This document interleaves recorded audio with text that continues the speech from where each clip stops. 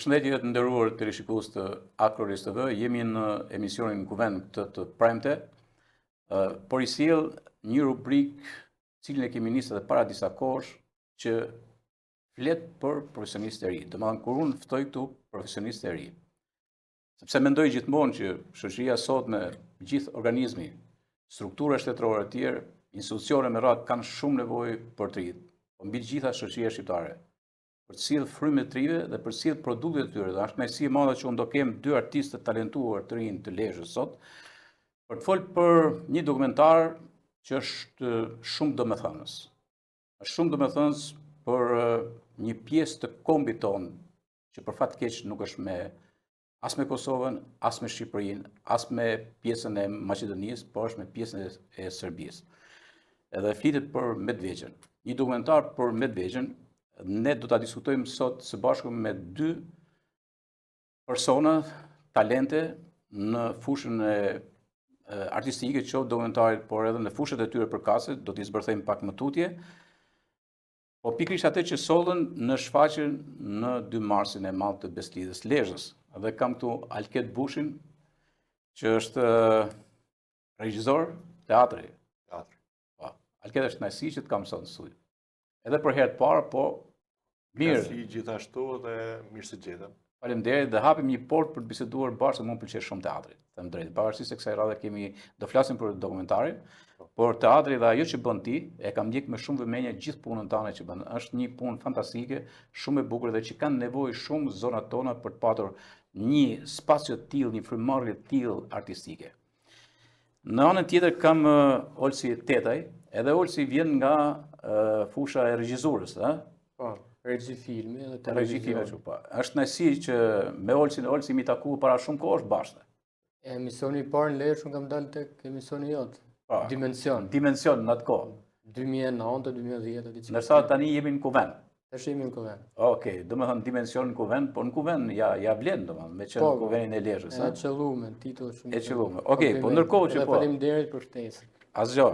Në kohë që flasim për Kuvendin, për Kuvendin, pra edhe për Kuvendin e Lezhës, ne kalum një ngjarje të madhe, ngjarja e 2 marsit, dhe kam vënë re që ka patur një larmi aktivitetesh dhe Lezhë madje është kthyer në një lloj poli të aktivitete të tilla, mbase atë që nuk e bën, me thënë drejt, nuk e bën Tirana, po e bën Lezhë. Dhe është gjë shumë e mirë sepse e meriton ta bëjë Lezhë, që lidhet me Beslidhjen e Lezhës. Shumë aktivitete kam vënë re, Alket. Po. Në fakt, vitet e fundit edhe në kuadër të një iniciative për ta kthy 2 marsin në një festë zyrtare, që urojmë që parlamenti ta miratojë në të ardhmen, por ndoshta që vitin tjetër ose s'pakun vitet në vijim, është shtu doza e aktiviteteve kulturore pikërisht për të qenë diçka paradhënëse në kuptimin që nëse Lezhë kërkon këtë, duhet që ajo të tregojë që e respekton këtë datë, bën aktivitete, ka aftësi për të sjellë, për të mikprit shqiptarët kudo që ndodhen nga pikpamja edhe njerëzore, por edhe nga pikpamja e aktiviteteve artistike që I përkasin kësaj dite. Dhe aktivitetet vitet e fundit janë shtu ndjeshëm. Është një nuk lidhës I Lezhë, nuk lidhës I historisë tonë. Historisë më të shënjuar kombëtare, siç është Beslidhja e Lezhës. Patjetër, nuk është e tepër të thuhet, domethënë që ajo si datë shënjon ndoshta ekzistencën e parë të një shteti mbarkombëtar tonën, që është diçka me cilën gjithë shqiptarët duhet kërnohen, por Lezhë ka fatin që ka ndodhur këtu dhe është fat për ne, domethënë ka qytete edhe nëpër botë, edhe në Shqipëri që ndoshta edhe ngjarje më të vogla I shfrytëzojnë për të mburr, për pas krenarinë e vendit tyre, edhe ne kemi këtë dhe duhet lezhjanë të ecin drejt kësaj, domethënë të arrijnë që të realizojnë diçka që është një nukël e historisë tonë. Historisë kombëtare, po, shumë bukur. Edhe nga pikpamja gjeografike, po ta shikosh, po ta marrësh Shqiptarinë nga Mitrovica në Sarandi, bie që ne jemi qendra. Po, qendra, po. Vazhdon Lezhë me qendër, epicentri që kohën e Skënderbeut edhe sot. Po përmes aktivitetit është gjë shumë e veçantë. Unë kam vënë re për shembull që nuk është se është thjesht një ditë, domethënë veneracioni që bën për këtë ngjarje, por ka spacja, thashë edhe herë pak më zgjeruar. Dhe kam vënë re që këtu, për shembull, ditën e parë ka pas aktivitet ku kanë qenë Arpresh. Edhe Ky fakt është viti i dytë që arbreshët që janë pjesë. Janë pjesë e aktiviteteve që organizon, gjithashtu është edhe një aktivitet që prej 3 vitesh po bën klubi letrave Not Zgjetja. Po që ishte edhe këtë vit. Ishte edhe këtë vit, po. Ejan Lis, që i dedikohet poezisë Gege. Gege, po. Ftohen autor nga gjitha trevat shqiptare për të sjellë poezi Gege, përfshi edhe ato zonat shqiptarisë që nuk e flasin gegnishten, që ne kemi disa poetë që provojnë edhe me shkruajt në gegnishten, është gjë shumë e bukur. Kjo tregon bashkim, pra lidhet me bashkimin kombëtar. Kam bërë edhe ty, që e ke shumë shqip gegnishten, po në emision tjetër do flasim gegnisht, duke qenë geg, patjetër. Është shumë bukur. E shoh për shembull profesor Ardian Ndresën, që e shkruan bukur dhe e flet bukur gegnishten. Profesori. Ka gegnishtja, ka muzikalitet të jashtëzakonshëm.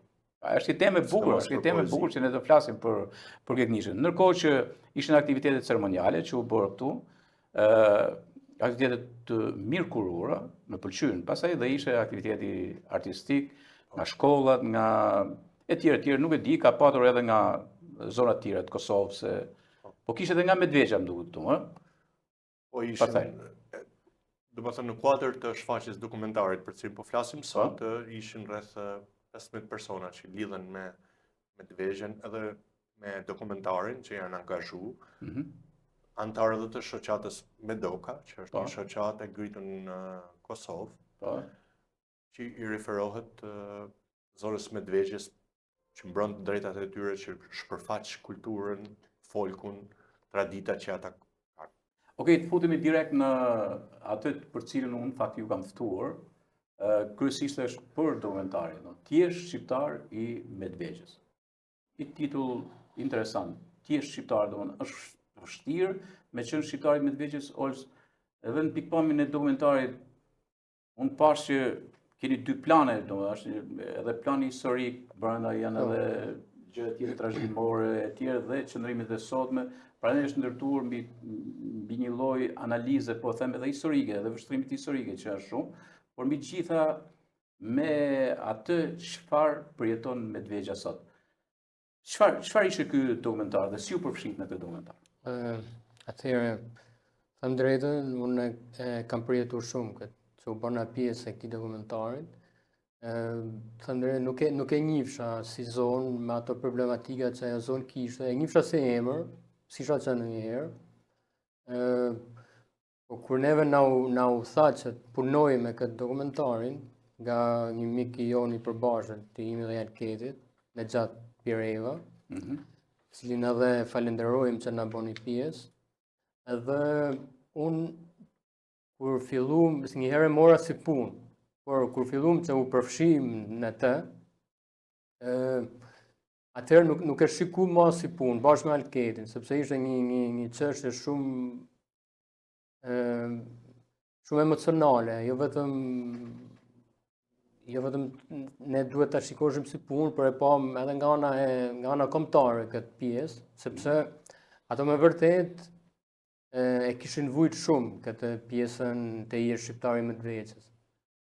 Kjo me pjesën e pasivizimit të adresave, që ju është bën nga shteti serb, por përfshi gjithë këtyre problemeve që ato kishin me shtetin serb, ato kishin arritur që t'i runin gjitha këto traditat, kulturën, gjuhën, t'i bonin ball edhe kësaj padrejtësie që aty ne ju ishte bë për pjesën e pasivizimit të adresave, se këtu ishte edhe piknisja dhe ideja e tyre për ta sjellë këtë pjesën dokumentarit. Se shiko, në një farë mënyrë quhen këto që quhen asimilimet të heshtura. Po. Ato në heshje ato ishin duke dashur që ta shuanin si komb, atë pjesë kombit tonë, domethënë që është në pjesën e Serbisë, që është këtë rast Medveçja, por janë edhe Bujanovci, pjesë tjera të Lugina Preshevës, por se kishte Medveçja shumë më e dallueshme kjo, ishte shumë më e rëndë. Duke qenë dhe pakic, ishte shumë më e rëndë kjo pjesë. Sepse në Bujanovc dhe në Preshev nuk janë pakic shqiptarët, kurse në Medveçje janë pakic. Janë pakic për shkak sepse është vepruar në mënyrë sistematike për ta bërë pakic, sepse në fundit shiko, po ta marrim në pikpamjen historike, që jo vetëm Luginës Preshevës, por edhe trevave të Ana Moravës, Toplicës, Kosovës, kjo zonë ka qenë gjithmonë një pikë kalimi dhe hapësirë kufitare midis botës Dardane, Ilire, Sllave dhe më pas Osmane. Pra është interesant si zonë. Po.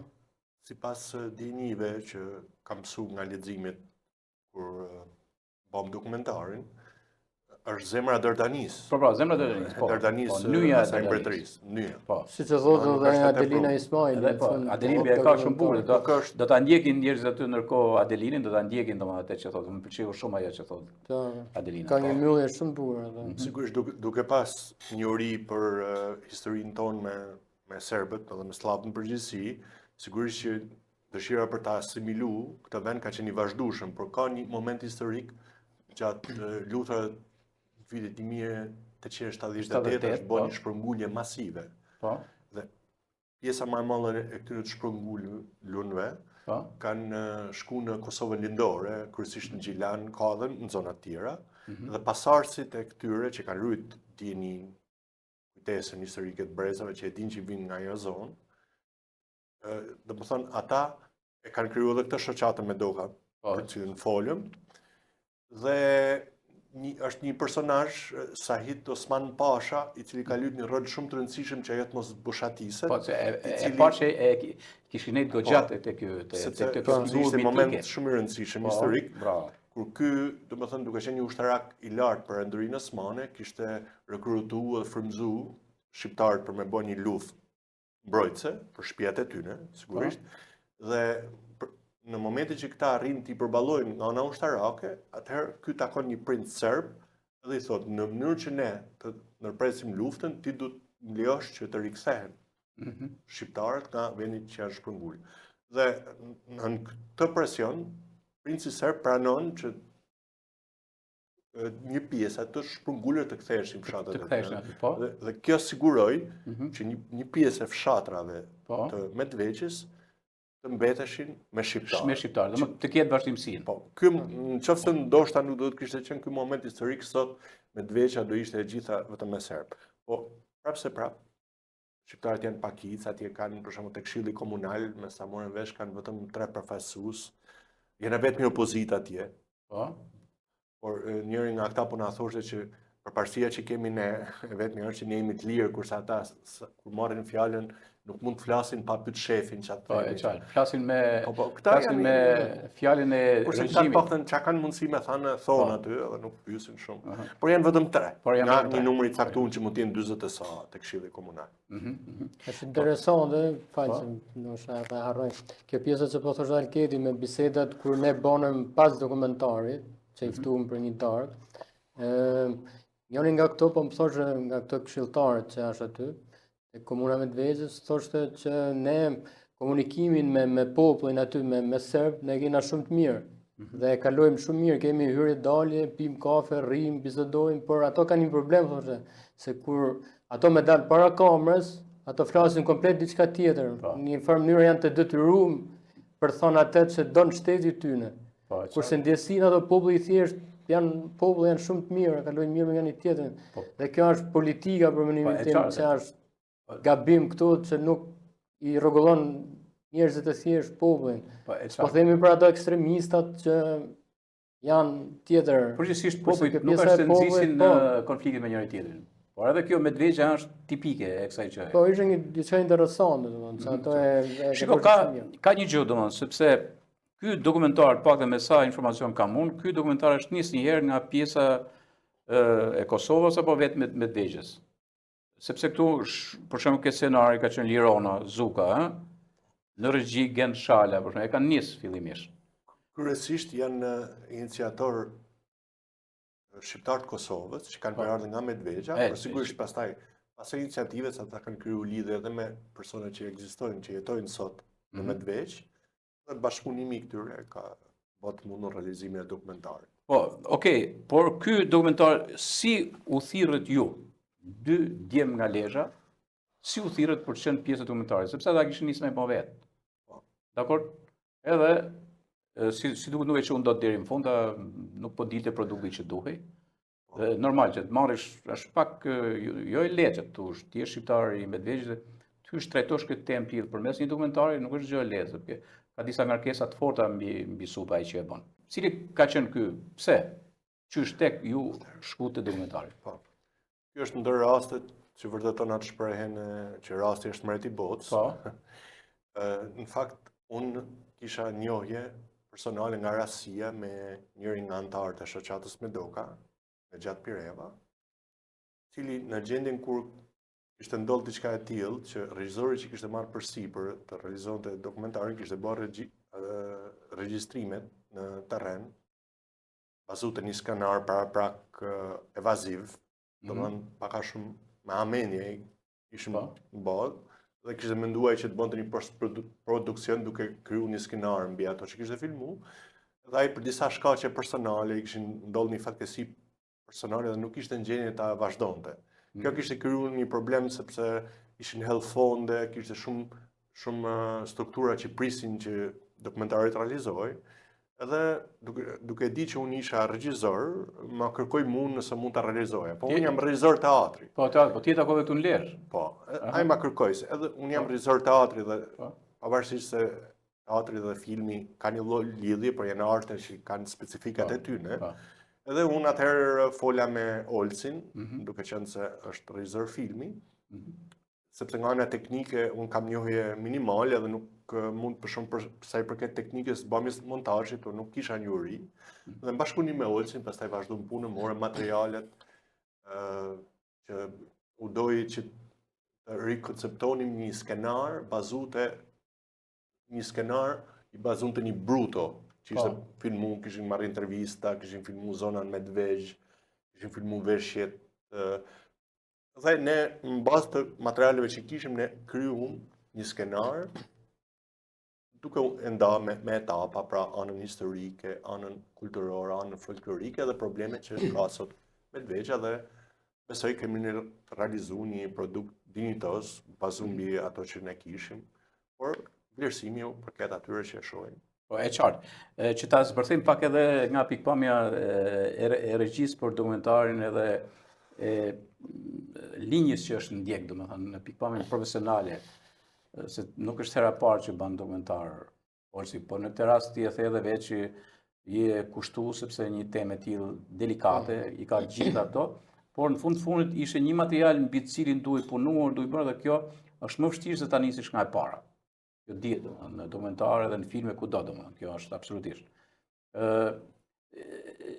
Cila është, po them, gjëja që e vune në shinë atje në rast? Po e nis me një batut, ne na lanë një bombë në dorë, që këtë ishëm me munu vetëm mos me na plas.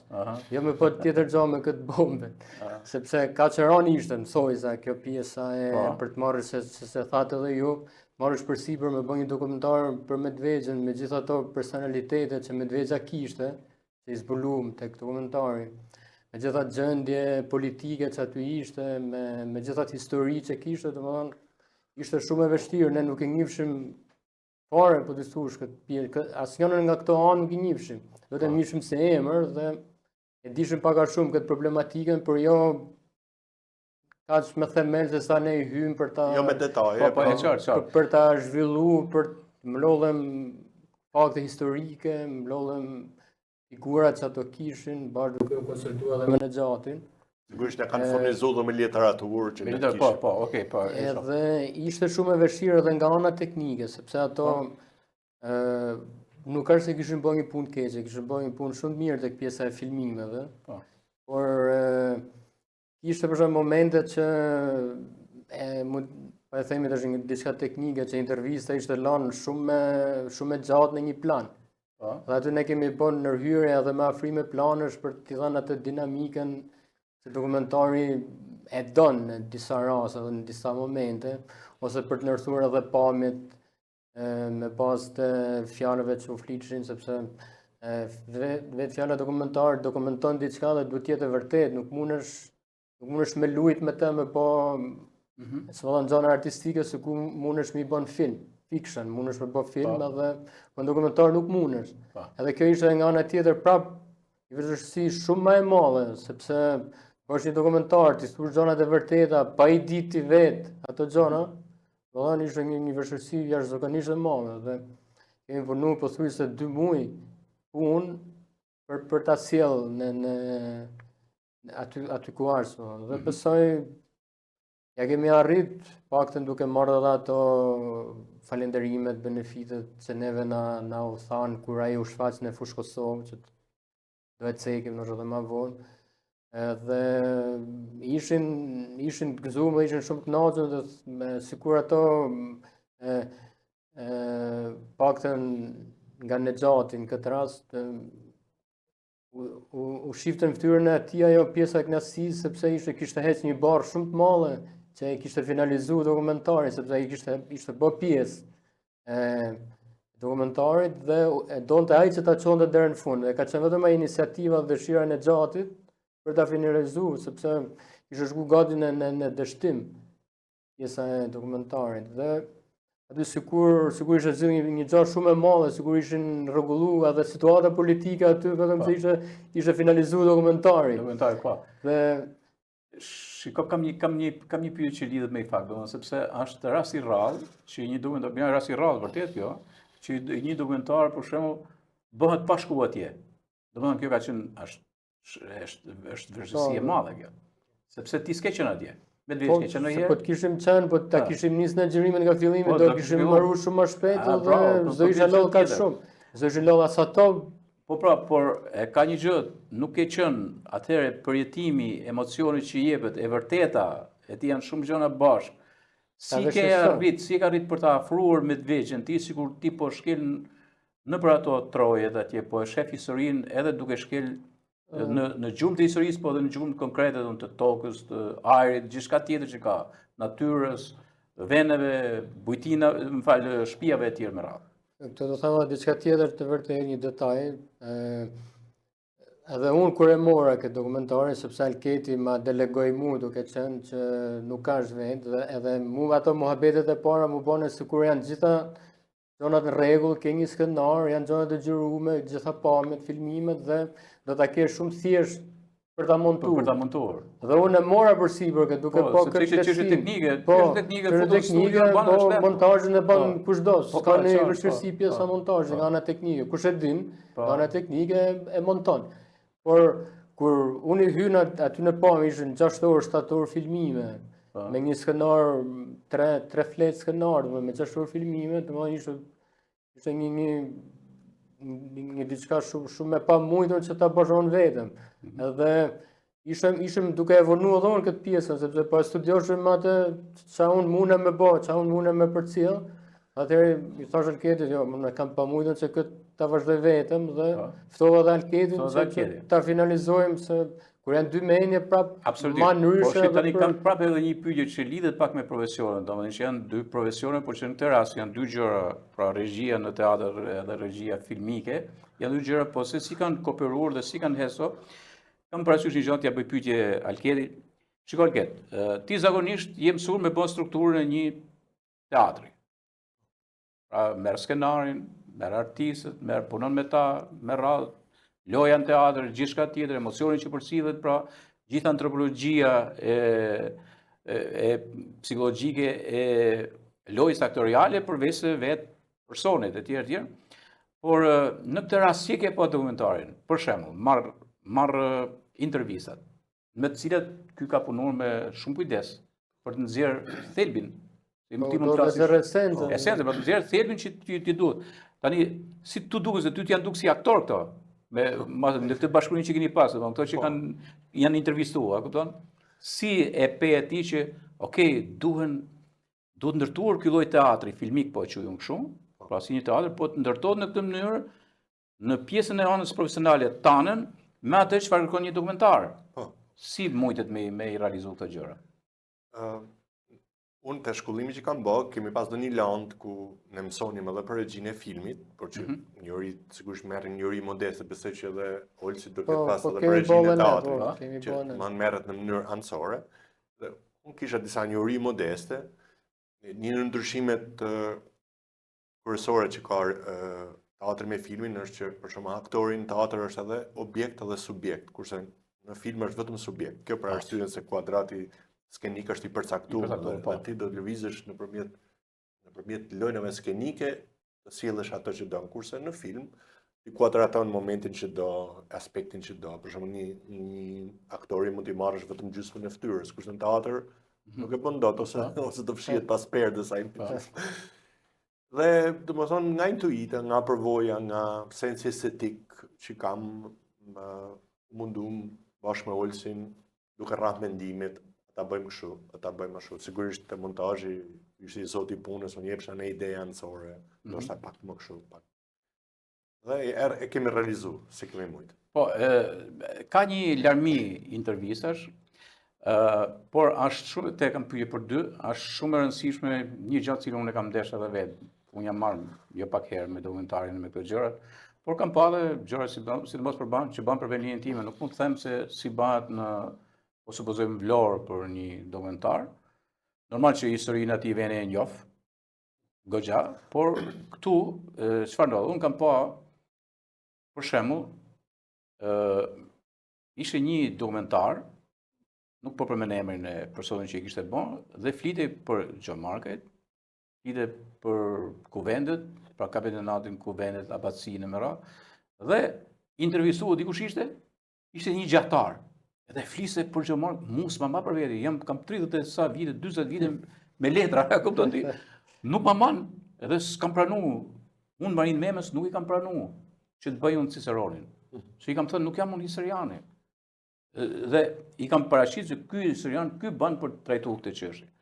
Dhe në herë i marrin leto, kupton ti, po dokumentari çfarë del, pastaj del mbi ato nuancat që ka një amator aty, s'po them përdor fjalën ignorant, se edhe ignorant totalisht. Nuk të futet ignorant në kështu. Por unë vuna re, nuk e di se sa jeni ju në këtë mendim, po vuna re që ishte kap thelbi edhe njerëzit që e përcillin të thelb, historik, trashëgimor, panoramik, etj. Për Medvegjën. Nuk e di si keni pa ju personazhet që janë intervistuar. Olsi.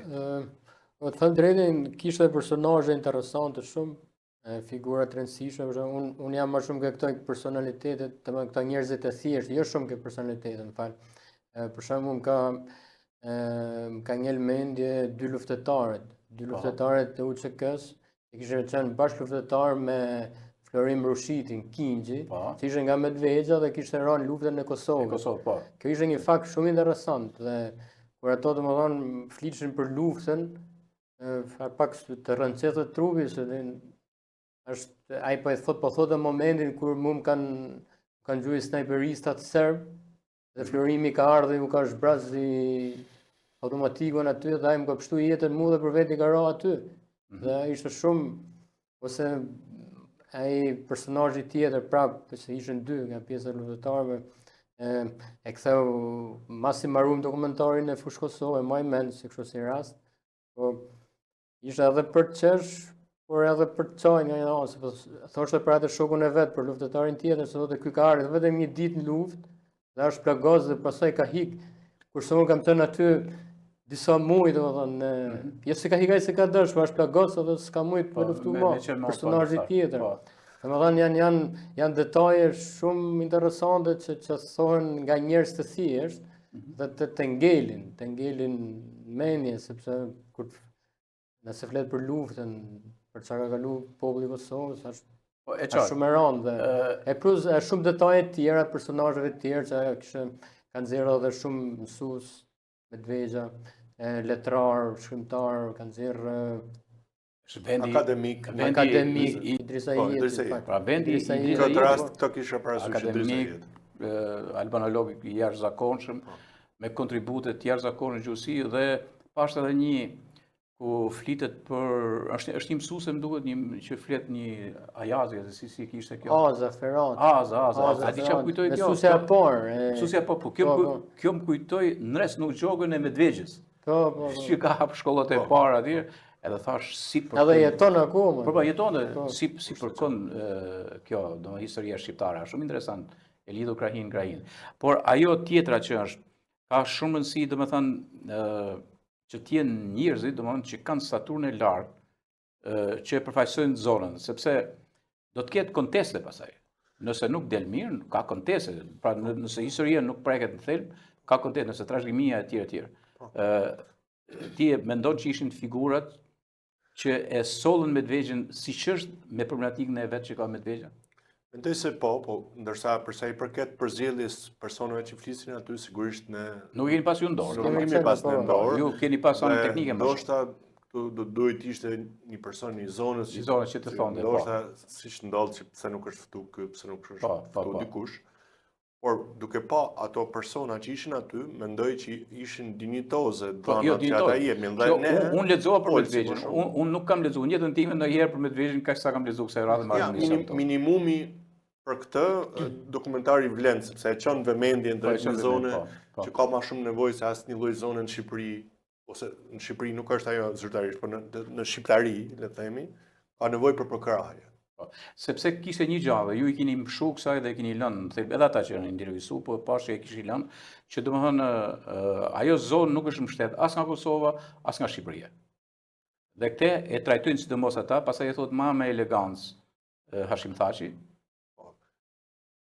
Me sa ne kemi dieni, domethënë ndoshta nuk mund të themi që mbështetja ka qenë zero, por nuk ka qenë aty ku duhet. Kjo për arsye edhe sepse raportet ndërkombëtare që kanë shtetet janë të tilla që ata nuk munden të bëjnë shumë çka për arsye disa konventave, disa marrëveshjeve.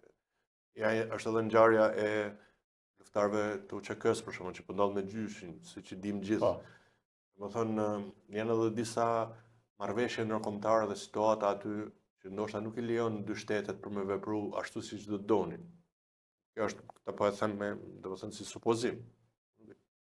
Por gjithsesi nuk janë vetëm shtetet, janë edhe individët që munden për shembull në Lezhë kanë ardhur këngëtarë dhe njerëz folklori që kanë dhënë koncerta, edhe ajo është një lloj forme për t'i bashku, për që ata të ndihen që nuk janë vetëm. Po, edhe janë ndjerë mirë. Edhe me shfaqjen që u dha këtu. Besoj janë ndjerë mirë. Patjetër, ata u shprehin që janë ndjerë shumë ndërru. Mund t'i përcjellim pak edhe me foto do të qoftë posterin, por në moment ku jeni bashkë, që edhe më pëlqeu i pash ata ishin të kënaqur domethënë. Edhe e priti mirë dhe publiku, po dhe ata e pritin shumë mirë. Besoj që janë ndjetë kënaqur, uroj jetë ashtu. Po, shiko, një gjë në thelbol që ishte kjo që folën 2-3, folën aty, normal që dokumentari do shkjeti i plot nga publiku, po folën atë që po ndodh, më fal, në Medvegjë që ka lidhje me atë asimilimin e heshtur, ose pasivizimi i adresave. Unë nuk e dije me thënë drejtë që po luhet ky lloj mekanizmi nga qeveria serbe, për fat keq. Kjo i kanë mshuar shumë. Po ju keni biseduar me to, domethënë si është e vërteta edhe për te dokumentarin. Dokumentari, domethënë sipas idesë atyre, këtu ka nisur. Këto kanë dështojnë për pjesën e pasivizimit të adresave, por nuk teknikisht ne nuk mundshim për ta marrë vetëm tek pasivizimi i adresave, pa dhënë edhe pjesën historike, pjesën e figurave që kishin kontribu, për shembull se ta cekim edhe Jim Jema, është një biznesmen nga Medvegja në Shtetet Bashkuara të Amerikës, që kishte kontribu për pavarësinë e Kosovës, kishte pas lidhje direkte me Clinton. Kështu që është një detaj shumë interesant kjo, që nga populli i marr nuk e din këtë. Ato kanë lobu, domethënë edhe mas kuintave, që ti themi, për të cilë atë pavarësinë e Kosovës, jo vetëm ai, por shumë të tjerë. Por është një fakt që duhet me e përmend, dhe është shumë i rëndësishëm, domethënë e vlerësova në faktin e Jim James, biznesmenit amerikan, por që ishte nga Medvegja. Kurse të kthehemi tek pasivizimi i adresave, ne kemi komunikuar edhe siç tha ju edhe mas dokumentarit, dhe këto e kishin si brain, këtë pikë domethënë në zemër, këtë pjesën e pasivizimit të adresave, se ti mos ta kesh mujtën të marrësh një dokumentacion, thjesht se s'ke vendbanimin, domethënë ti banon aty por thjesht nuk e regjistruar në shtet për ta marrë dokumentacionin. Ajo është, po thosh, është krim, nuk ke se ta bësh ndryshe krimin kur ti mohosh dokumentacionet për televizion ose për shkelje dhe drejtave ndërkombëtare, besoj që shkelje drejtave të njerëzit, dhe ato e vushin shumë këtë pjesën. Dhe kjo deri diku mund t'i ketë lënë edhe mbrapa, sepse ne na thonë mas dokumentarit na thotë njëri nga ato këshilltarët që unë fare mirë thotë unë kisha ikë nga Medvezja dhe kisha jetuar në Tiranë, kisha jetuar në Prishtinë, kisha jetuar në Amerikë, kudo kisha jetuar, por nuk e kam lënë vetëm për këtë arsye, do më kam dashur me jetu këtu vetëm për ta majtë ato, se po t'ikim edhe ne, thotë, atëherë do shuhet si një pjesë e jone e identitetit kombëtar, do e kishin Akoma ruajtur. ky rrezik ekziston, domethënë vazhdon. Po. E parë edhe nga disa statistika që jepin për shkollimet, për Edhe për ta shpjeguar më hollësisht pasivizimi do thotë nëse për një kohë caktuar një familje nuk jeton aty ose kanë shku jetu jashtë, ata shfrytëzojnë këtë rast për një periudhë mungese dhe e zhdukin adresën fare. Dhe ai nuk ekziston më zyrtarisht. Është interesant. Po shumë. I gjë tjetër tani ishte se mua më pëlqeu edhe kjo fakti që ishte përfshirë dhe Adelina Ismaili. Çfarë lidhej Adelinin që ishte përfshirë në këtë dokumentar? Edhe më mund ta shoqërojmë pak me pjesën aty, shumë bukur, është marrëveshjen e Medvegjës me çfarë unë rreu, ëh? Po. E veshi ka. Nuk e di, këta të shoqatës me Doka kanë komunikuar me të dhe ja kanë kërkuar. Po e kishte bën. Edhe ajo me sa na thonë me dashamirësi. Po me shumë shpirt. Me dashamirësi ka ardhur dhe me sa thonë edhe pa pagesë vetëm për kombëtarizëm ka ardhur dhe është përfshirë dokumentari. Po. Absolutisht. Nëse kemi takuar, ne kemi marrë me postproduksion. Po. Edhe mu duk si e mretresha me kurore e Medvegjës. Ishte gjë e bukur shumë, domethënë dhe veshja ilirike ishte veshja. Ishte qasë nuk di ta them se nuk jo, unë pash pakën me kaq sa marr vesh nga veshja, ishte kjo lloj qasje. Nga estetikë shumë e bukur si veshje. Po, e bukur, por ishte edhe kjo që tregonte pra edhe prejardhjen ilirike, me sa duket prejardhja e shtrujt në trashëgiminë, edhe të veshjes, edhe po sidomos ke veshjet. Siç kemi pas në zonat tona janë zona ilirike. Edhe normal që edhe në festivalet e Gjirokastrit e tjerë janë dërguar veshje të tilla, mase me pak hipotezë tjerë, por janë dërguar që nga për sjell domun pak a shumë ilirinë. Dhe mua më pëlqeu shumë kjo gjë aty, ishte fantastike. Okej, ndërkohë vim ke pyetja, dy pyetje e fundit. Njëra lidhet me këtë. Premiera e parë është bërë në Fushë Kosovë. Në Fushë Kosovë. Pse u bën në Fushë Kosovë dhe unë mendova a mund të jetë bën në Medvegjë? Jo, ishte e pamundur. E pamundur. E pamundur që të bëhet në Medvegjë. Sepse nuk le kush me e bën. Jo, është e pamundur. Atëherë u bën në Kosovë nga kjo shoqata që më the ti, Nga kjo shoqata. A si e pritën Olsi? Thënë drejtën në Fushë Kosovë e kanë pritë shumë mirë dhe kanë qenë pothuajse gjithë personazhet që janë në dokumentar, por edhe të tjerë personalitetet e Medvegjës dhe të Kosovës që rreth 200 veta mund të kenë. Po, rreth 200 veta që e vlerësuan shumë atë pjesën, vlerësuan shumë edhe ne, se thonë edhe emocion shumë veçantë ajo pjesa se u përfshijmë edhe ne. Edhe vjerë për në dukte vetja se jena edhe ne nga Medvegjë, aqë shumë jena përfshijë për me këtë dokumentarin, sa që e përjetuam ndryshe edhe pra ne patëm vendos edhe ishte iniciativa jonë që ta risjellim edhe në Lezhë. Vetëm nga pjesa e përjetimit, jo asë gjatë tjetër, nga pjesa e përjetimit ta risjellim edhe në Lezhë, edhe por ta vendosim edhe tek 1 dhe 2 marsit, tek festimet që i thamë në fillim. Edhe për këto ato u ndjen shumë vlerësuar, që u futën dhe ato tek pjesa e beslidhjes Lezhës. Ajo është, siç thotë edhe Thaçi tek pjesa e dokumentarit intervistës, se duhet të jena bashkë për ta bë pjesë tonën ose për t'i ulë sa më shumë ato qijat që i sjell shteti serb.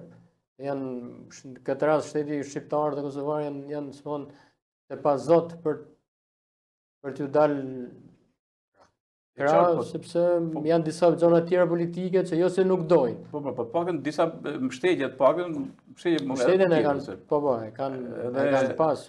Që t'jenë në një vijë, në një front, në një gjë tjetër politika, faktikisht sepse ata thonë edhe. Vuna re, thonë që ne mbështetemi asandej. Edhe këtë gjë e kanë thënë për i vitesh, nuk është se e thonë sot. Lugina. Pra gjithë Lugina, po sidomos Medvegjja. Besoj që u ndjeve mirë ti, edhe si pjesë e skenarit që ke qenë. Patjetër. Në regji që ka qenë Olsi edhe në montazh dhe në post-produksion, por ke qenë edhe narrator. Edhe narrator. Do më kështu, ke bot gjitha, Ishte hera e parë që hera unë bëj parë që diçka hyje tillë. narrator. Ishte shumë bukur. Profesorët do shkonë më thonin që ke za radiofonik, Po. unë nuk e kam ushtruar. Nuk është se e kisha pasion, po duke e provuar aty ndoshta në të ardhmen nëse më ftojnë mund Pse të jo? bëj herë tjera. Edhe diçka në lidhje me shfaqjen e dokumentarit në Fushë Kosovë, meqense edhe data që e dham këtu ishte simbolike, edhe ajo e premierë ishte simbolike, u dha me 10 qershor 2023, që është data e lidhjes Prizrenit. Edhe ata kishin zgjedhur një datë simbolike që lidhet me lidhjen e Prizrenit. Po, shumë bukur. Ideja e bashkimit kombëtar. Shumë bukur. Është një kontribut. Absolutisht i juaj dhe pra ne ju kam ftuar edhe këtu. Modest, besoj. Nuk por është në kohë paqe këto kontribute mund t'i japësh për kombin. absolutisht, po edhe mbi të gjitha unë ju thirra për këtë dhe ju thirra edhe për një fakt që të jetë në një ekran, edhe një ekran televiziv, sado që është ekran rajonal, por të jetë edhe te ekran, kështu që me Medvegjë do njihen më mirë dhe ata që se njohin kurrë. Që kanë dëgjuar si emër ose disa ka që se edhe nuk e kanë dëgjuar. Kështu që në fundit është një kontribut që japim këtu në Lezhë për publikun jo vetëm të Lezhës, por kudo që është Netsus.com dhe Akrolist.tv. Kështu që unë ju falenderoj shumë që këtë dokumentar do ja përcjellim, pra në pjesën e fundit do ja përcjellim publikut. Okej, pas një spoti publicitar, unë do rikthehem për të parë dhe dimensionin e plot të këtyre dy artistëve që unë kam këtu në studio, pikërisht për të folë për regjinë e teatrit, regjinë filmike, aktivitetet që keni bërë këtu dhe çfarë i keni dhënë Lezhës dhe vazhdoni të jetni Lezhës në talentin që ju e keni të shprehur dhe të cilësuar, të evidentuar dhe të shpërfaqur në zonën e Lezhës. Spoti dhe rikthehemi këtu në studio.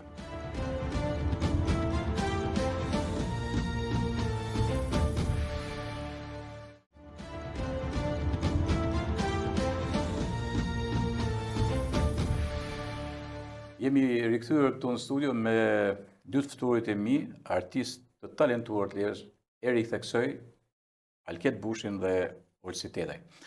Alket, ma the edhe në fillim që ti ke mbaruar për regjizur teatri në Akademinë e Arteve, sot Universiteti i Arteve. Sa kohë ka, kur e ke mbaruar? Në vitin 2006. Në 2006, pra bane vite, bane rreth 20 vite që vazhdon ta ushtrosh të këtu në 20 Lezhë. bën korrekt që A je i kënaqur që je këtu në Lezhë për shembull? A ke thënë po të isha në Tiranë më mirë ose të isha i zonë që ka më shumë popullsi apo diun? Jam kryesisht i kënaqur. Po, a je, okay, kur je i kënaqur është gjë tjetër se jam i kënaqur se kam një shtëpi, kam familjen, kam këto i ke gjitha, i di pak a shumë. Problemi a je i kënaqur për faktin atyre që e ndjekin teatrin, domethënë a është një shoqëri që e ndjek teatrin e don teatrin, apo thjesht dilni ju bëni teatrin dhe keni vetëm 5 vetë atje në sallë. Megjithëse artistë mëdhej edhe për një. Po, patjetër. Sigurisht që audienca lën për të dëshiruar, do të pranoj kjo. Por unë prirem nga ideja që nuk duhet më lënë vetëm publikut. Fajnë gjithmonë. Domethënë duhet edhe që ne, do të thonë që i përkasim skenës, ose edhe gjithçka tjetër që ka të bëjë me audiencën, edhe duhet që të punojmë fort që ta sjellim të publiku atë që ne prodhojmë, atë që ne krijojmë, duke dalë edhe jashtë anës artistike në kuptimin që duhet gjetë metoda nëpërmjet formave të reklamimit që duhet të shkojë informacioni te njerëzit që minimumi të dihet që po ndodh një event. Po e qartë mirë kjo, po ti punon me amator. Nuk është e lehtë. Ka vështirësitë e veta, ka dhe lehtësitë e veta nga disa aspekte të tjera. Okej, po në këtë rast ti i ke thjesht vetëm amator, përgjithsisht shfaqjet që jep, të gjitha që janë rishtar apo janë që fillojnë dhe kodifikohen pak a shumë në artin e aktrimit. Vitet e fundit kam bashkëpunuar edhe me aktorë që edhe pse nuk kanë shkollimin përkatës, mund të konsiderohen profesionistë deri diku, domethënë. Ose të paktën për mua, të paktën 2-3 që kam spikat, që mund të konsiderohen futen në rresht me aktorët profesionistë. Pavarësisht se nuk kanë, por arti, domethënë, është një lloj prirjet, natyrore që e ka njeriu dhe mund të numërohen me 10 aktor ikonat skenës tonë që nuk kanë as shkollim. Po e Për qartë. art dhe kanë artit. Jo, dakor. Para 9 vjetës ka i gjë. Para 9 vjetës unë pak di shoh në fotografi, edhe atje ku kam drejtuar kulturën, domethënë që janë luajt pjesë potente. Për shembull Basa i Gjeta është luajt 1970 në Roshen. Edhe aty ka qenë vetëm një, Zef Nikolla ka qenë që ishte artist më shkollë. A e kupton? Tjerët ishin kështu amator, por lunin në mënyrë perfekte, ishin nga gjimnazi, nga Ajo është aftësirë e regjisorit për ta çuar individin te roli i duhur. Po ishin këto, ishin. Ndërsa pas 90-s kemi një bjerrje. Realisht kemi me përjashtim vende ku janë teatër profesionistë, janë ato teatër që paguhen me rast se këtu s'paguhet. Thjesht je ti, tjerë mirë është me i mbështet që okay, me i mbështet për shkak jo bashkia, jo supermarket këto me radhë, nuk e di se si e bani ju, por në këtë rast unë shoh një gjë që ti ke rilin pak a shumë.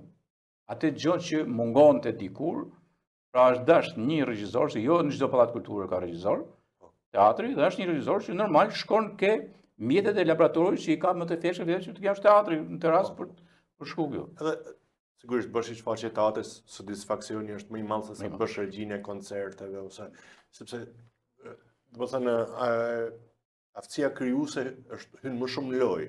Sigurisht regjia është krijim mbi krijimin, ti krijon një tekst që ka krijuar dikush tjetër, por ka krijim. Nëse je edhe vetë autori, atëherë është krijimi plot. Nëse je edhe vetë autori unë kryesisht kam vënë autor të njohur. Po. Të bëjmë një enumeracion, domethënë, të atyre gjërave që ti ke vënë lesh dhe pranoj domethënë më bën disa se do t'i përmendim gjitha. Ke vënë në skenë vepra të jashtëderës. Borkert. Jo, kjo në fakt është shfaqja ime e diplomës. Në diplomë ke dhënë po. Shumë zhurmë për asgjë nga Shakespeare. Kjo është vënë lesh me gjimnazist. E ke vënë me gjimnazist, ha? Njeriu që pa vdekjen me sy, nga Victor Eftimiu, nuk janë të lehta këto. Antigona, Sofokliu, ha?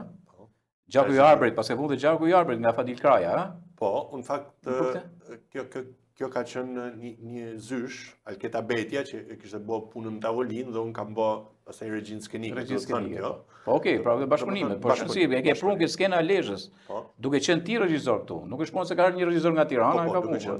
Nuk është ti, ka rëndësi. Një kryeministër kapet mat. Nga Carlo dhe Enrico Vanzina. Me këtë shfaqje fillon unë ngrita një trup amatore. Me këtë, trup amatore Diti Ram, që ishte një... Unë mendoja që fillimisht për të shku në të ardhmen të që edhe Lezhat ketë një trup profesioniste, mendova që grej njëherë një trup amatore. Që t'vje, dal nga dal. Çdo gjanat e mira bona vashavash. Absolutisht, nuk është e lehtë. Ketë tjetrën të gjithë me huqe. Laurent Buffy, ha? Zoti Snook nga Gilberto Gega, Gilberto Gega. Monokomedi. Monokomedi, ta përshëndesim Gilberton. Patjetër. Edhe i kërkoj ndjes që nuk i vuna dot në Roshen nga ngarkesat që pata në fund. Gratë në asamble nga Aristofani, ke kuvendi i Lezhës, ky është dramatizimi i bazuar mbi dona historike. Që u bë në kuadër të 580 vjetorit të Beslidjes Lezhës. Të Beslidjes Lezhës, po, e mbaj mend atje. Ke vënë dhe Darga të Marrëve, nga Francis Weber. Epoka robotëve, është shumë e bukur. Edhe këto na i shoqëron dy shfaqjet e fundit na i shoqëron me postra, por edhe me foto. Janë një sipas asaj që un kam planifikuar, janë një hap më andej. Unë po përpiqem që Lezhat ketë një trup profesioniste. Po. Përderisa janë edhe një grup individësh që që po kryejnë studimet në Akademinë e Arteve. Dhe Lezha, sa ka Lezha? Ka një numër përcaktuar? Janë 3 djem, është Alessio Gjaku, Gilberto që përmendim, Edison Leshi, Griselda Prendaj nga Zemeni, pastaj janë të brezit tim është Vladimir Dota që ka shkollimin në Itali, pastaj edhe brezit më përpara, ose Gentian Zenela e Rudina Dembasi që njeh gjithë Shqipëria, dhe ato janë, më thonë... Edhe ndashamir me art. Kur ti fton dhe i thirr. Ato mund bëhen pjesë, për shku pastaj të brezat, më është Salvator Gjeqi, është Kolkunora, dhe Ismet Zusi, që është më i vjetri për moshë. Edhe me Ismetin kam bashkëpunuar shpeshun.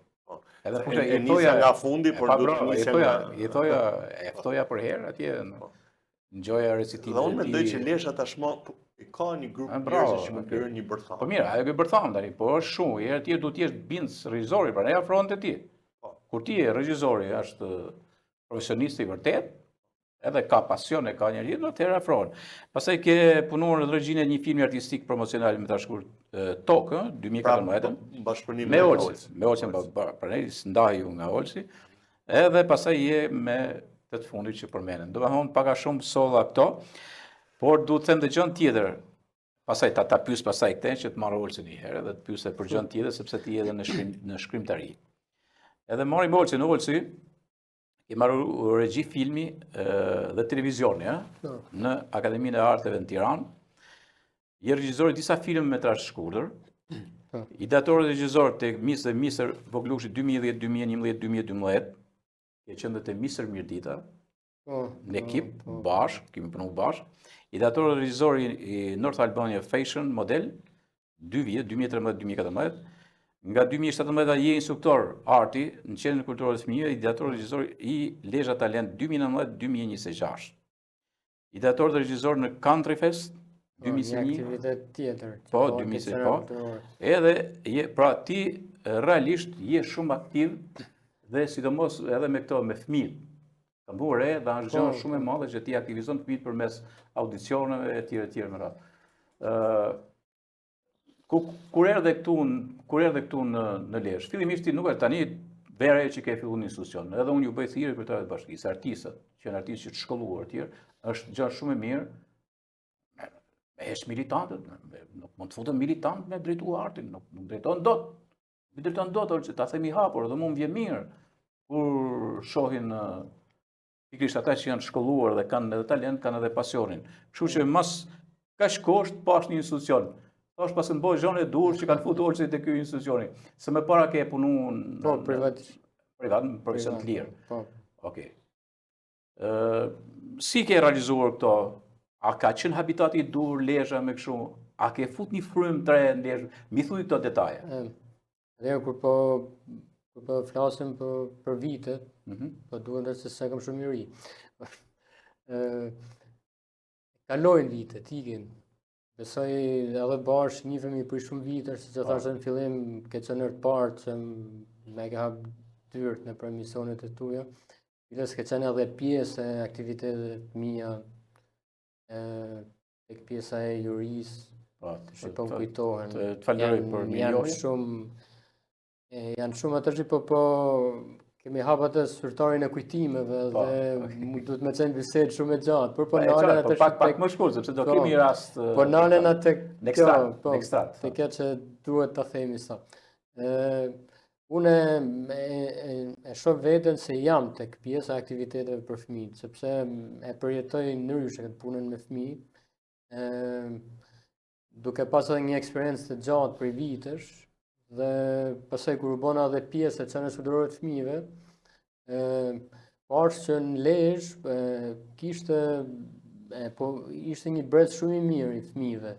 Dhe thash, pse jo, diku nga vitet 2019, po, para 8 vitesh i bie, 7-8 vite, ideova këtë Lezhë Talent, për të zbulu talentet të reja në këngë, kërcim dhe interpretim. Okej, do i shoqërojmë me foto këto. U prit shumë aktivitete. Ishin shumë, kur e flisha në për kafe me miq dhe me njerëzit që ishin më afër pjesës së artit, ishin pak skeptik, duke si diçka e madhe, thonë si ka mundësi, si do ta bësh këtë, sepse ishte një iniciativë shumë e madhe, po ta shikosh nga ana organizative, sepse ishte për të lidhur kontakte me gjitha shkollat, për të zbuluar këto talente dhe ishte një kozatje shumë e madhe për ta sjellë deri në natën finale, u ndanë në disa faza, dhe do t'ja vetëm një rast tek një fëmijë që e maj mend dhe s'do ta harroj. I telefonova drejtorit të shkollës, mos gabosha, Ishull Shëngjinit. Po i thosha, a keni ndonjë talent për ta sjellë tek aktiviteti? Edhe ai thotë, po s'kemi talent, thotë, unë kam një djalë që ai shikoj duke kënuar nëpër korridor, thotë, po nuk më duket aq i aftë për të ardhur atje. E se shifshin në Qendrën Kulturore, sigurisht një gjë e jashtëzakonshme, sigurisht aty janë talente. Pagash për të mbledh pikërisht. Dhe gjë më mirë kur mbledh nga larg pak nga provinca pak. Po, se shkum ne, kjo ishte Gjashuni, ideja, pra, jo bravo, vetëm tek Gjashuni. qendra e Lezhës, por shkum edhe në Ka përfshatra. talente të heshtura. Edhe aty erdhi një fëmijë shumë i talentuar, që ka dalë edhe nëpërmjet media kombëtare, Erando Margu. Po, Erando, po. Tenor me Po, promotion po. e tij Po, jashtëzakonshëm, ish shkëlqyer, që e po. kanë cilësuar. Ashe pra që është, që ndodh. Jam një shembull, ka qenë tek X Factor, mos gabofsha. A je dakord më, se me bome qenë militant, a shkëni kapin ato talente, e kishin zhvilluar të talente, pra ne them unë. Ja u them shpesh herë, o Alket, se mos e dukemi çuditshëm. Ajo është- Jo, Jo, unë duket patjetër, sikur patjetër, luftoj duhet- militantët. Ajo është- diçka që s'do mend ajo, njeriu i duan bëjnë e punës. Ja, po. Ai nuk është pranu në X Factor vetëm që i ka thonë je për Manalti, nuk je për këtu. Për këtu, Nuk je për në X ja, Factor, imagjinoj, domethënë ja. atë që Atëherë këto të gjithë kanë vinë mbi Po, aktivitetet që ke po, bërë ti këtu. mbi lezhat e, por duhet vlerësua edhe punat që kanë bërë mentorët, në këtë rast Zysha e Kantos, Albana Përvasi, Po. ka punu me to, domethënë Rudina Demalia, i ka Demalia, përdu po. pjesën e kërcimit, Po. tek pjesa e aktrimit kam qenë vetë. Flamuri tek muzika dhe flamuri kanë vënë të përfshirë në Po, një- është përfshi. në jo pak artistri. Edhe kjo i dha shumë shtysë edhe aktivitetet e tjerave, Po, pastaj që- dhe erdhen me rrallë, po na thoshin fëmijë vetë, vishin tek qendra kulturore kur do ta bëni Lezhë Talent prap. Dhe Lezhë Talent është në prej vetëm në vitin e pandemisë. Gjitha vitet tjera është Ka vazhduar. dhënë rregullisht. Dhe kanë dalë edhe talente tjera, ka dalë Kiara Ibrej për shemb. Ka qenë vjet tek Sanremo Junior, Po. ka dalë nga Lezhë Talent. Është Ambra Margu që Po, do jetë Ambra, këtë po. vit, do jetë këtë Po. vit E tek kam intervistuar Sanremo Ambrën, Junior. Janë dy shqiptarët e para që Po. marrin pjesë tek Sanremo Junior dhe dalin nga Lezhë. Ambrët që ma përmenin Klea që Kleja ishte që X Factor. është tash tek X Po, Factor. Talent, janë Kanë talent. dalë emra, është Arizona te pjesa e aktrimit që Po. ka luajtur një film për Aurora, fëmijë. e ke Aurora? Aurora Aurora Gjoga, Gjoga. po, Ajo gjithë është këto talent në aktrim, fëmijë. kur ka luaj, Po, kur ka po. luaj edhe këto në thriller, more, thash me si lu kjo në thriller. Bona një intervistë herë, po nuk po e besosha kush të fol. Aurora është njësh? Erdhën para 2 vitesh, erdhën dy regjisorë nga Tirana. Dhe kishin për të bërë një projekt Lezhë për pjesën e një shfaqe, për të dhënë një teatr dhe kur ato panë audicionin që u bën Lezhë, ishin ngelen pa fjalë, thonë këtu, na ke habit, thotë se ne tash kemi përshtu pjesë sepse nuk muna me i hec, nuk muna me eliminu fëmijët. Ishte një dyndje domethënë për të marrë pjesë tek ai audicioni. Kjo është mesi dhe është Dhe ishte një sukses i jashtëzakonshëm. Po. Që është për të vlerësuar, domethënë ne s'bëjmë gjë tjetër vetëm zbulimin e këtyre, edhe pastaj punojmë me to, domethënë është një gjë që për ato ne ato na shohin si jo si profesorët e tyne, por jena shumë afër me to saqë jena si shok me to, me ato fëmijë, sepse arti këtë ka, përse... Shiko, ne përmenim emra dhe thash edhe herë, gjitha aktivitetet ne kemi bën edhe bashkë herë Misë dhe Misër Mirdita. Dhe nuk e vazhdu ma, edhe për shkak të mentalitetit absolutisht gati shkatrues. Amo kemi parasysh se në atë aktivitet që u bën aty, janë disa emra që kanë hes në fushën e bodës, dhe janë 3 bursa studimi që i morën falas nga bashkëpunimi që patëm me Universitetet e Tiranës. Domethënë u dha mundësi 4 veta për të hesë.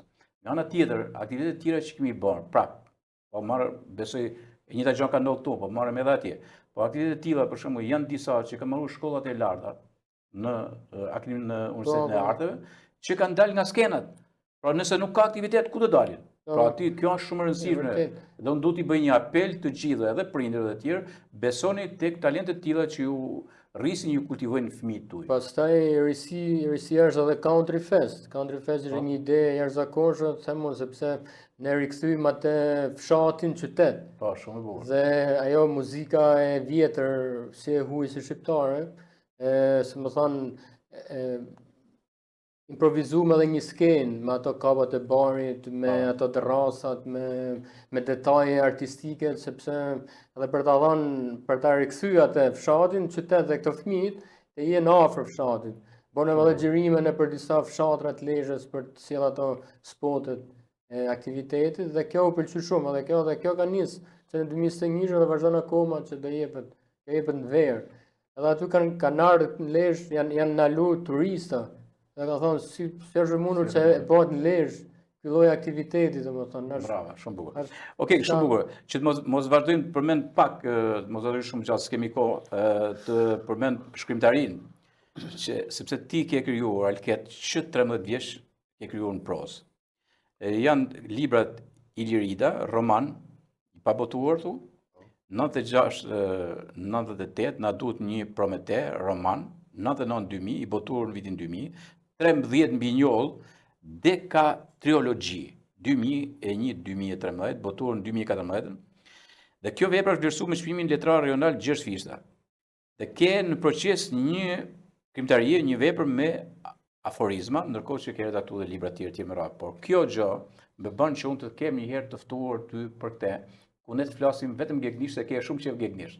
Edhe unë kam qef që në atë emision të jem edhe unë tek ky lloj nënshtrezimi domethënë të gjuhës shqipe. Unë të falenderoj vërtet për gjithë krimtarinë që ke.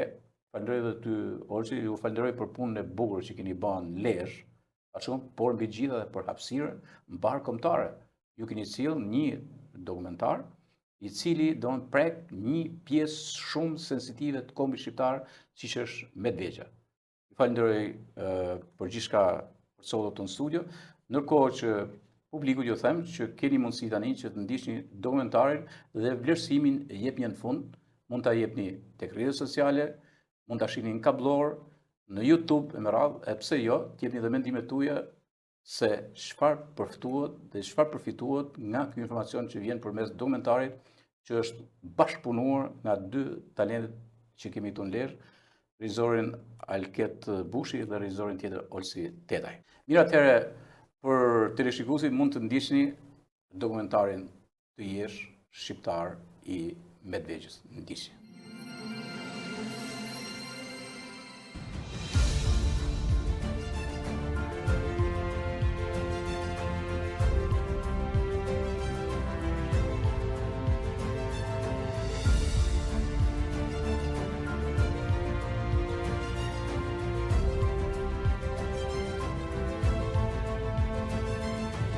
Medveçja është vendosur në rrethin e Jabllanisë së Epërme, e cila deri vonë në popull quhej Reka e Madhe.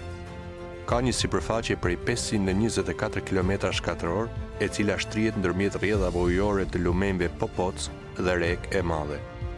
Është një vend me kushte të volitshme klimaterike, me bukuri mahnitse dhe pasuri të bollshme natyrore, male të larta, fusha pjellore, lumenj të rrëmbyer me mbi 172 burime ujore, me minerale të plumbit, zinkut, arit, argjendit dhe burimet e ujrave termominerale. Deri para vitit 1878, të gjitha vendbanimet e komunës së Medveçjës kanë qenë të banuara me shqiptarë, ndërsa në ditët e sotme ndër 44 të tilla, 33 janë të banuara me popullsi serbo-malazeze, 7 janë me popullat të përzirë dhe vetëm 4 fshatra janë të banuara me shqiptarë.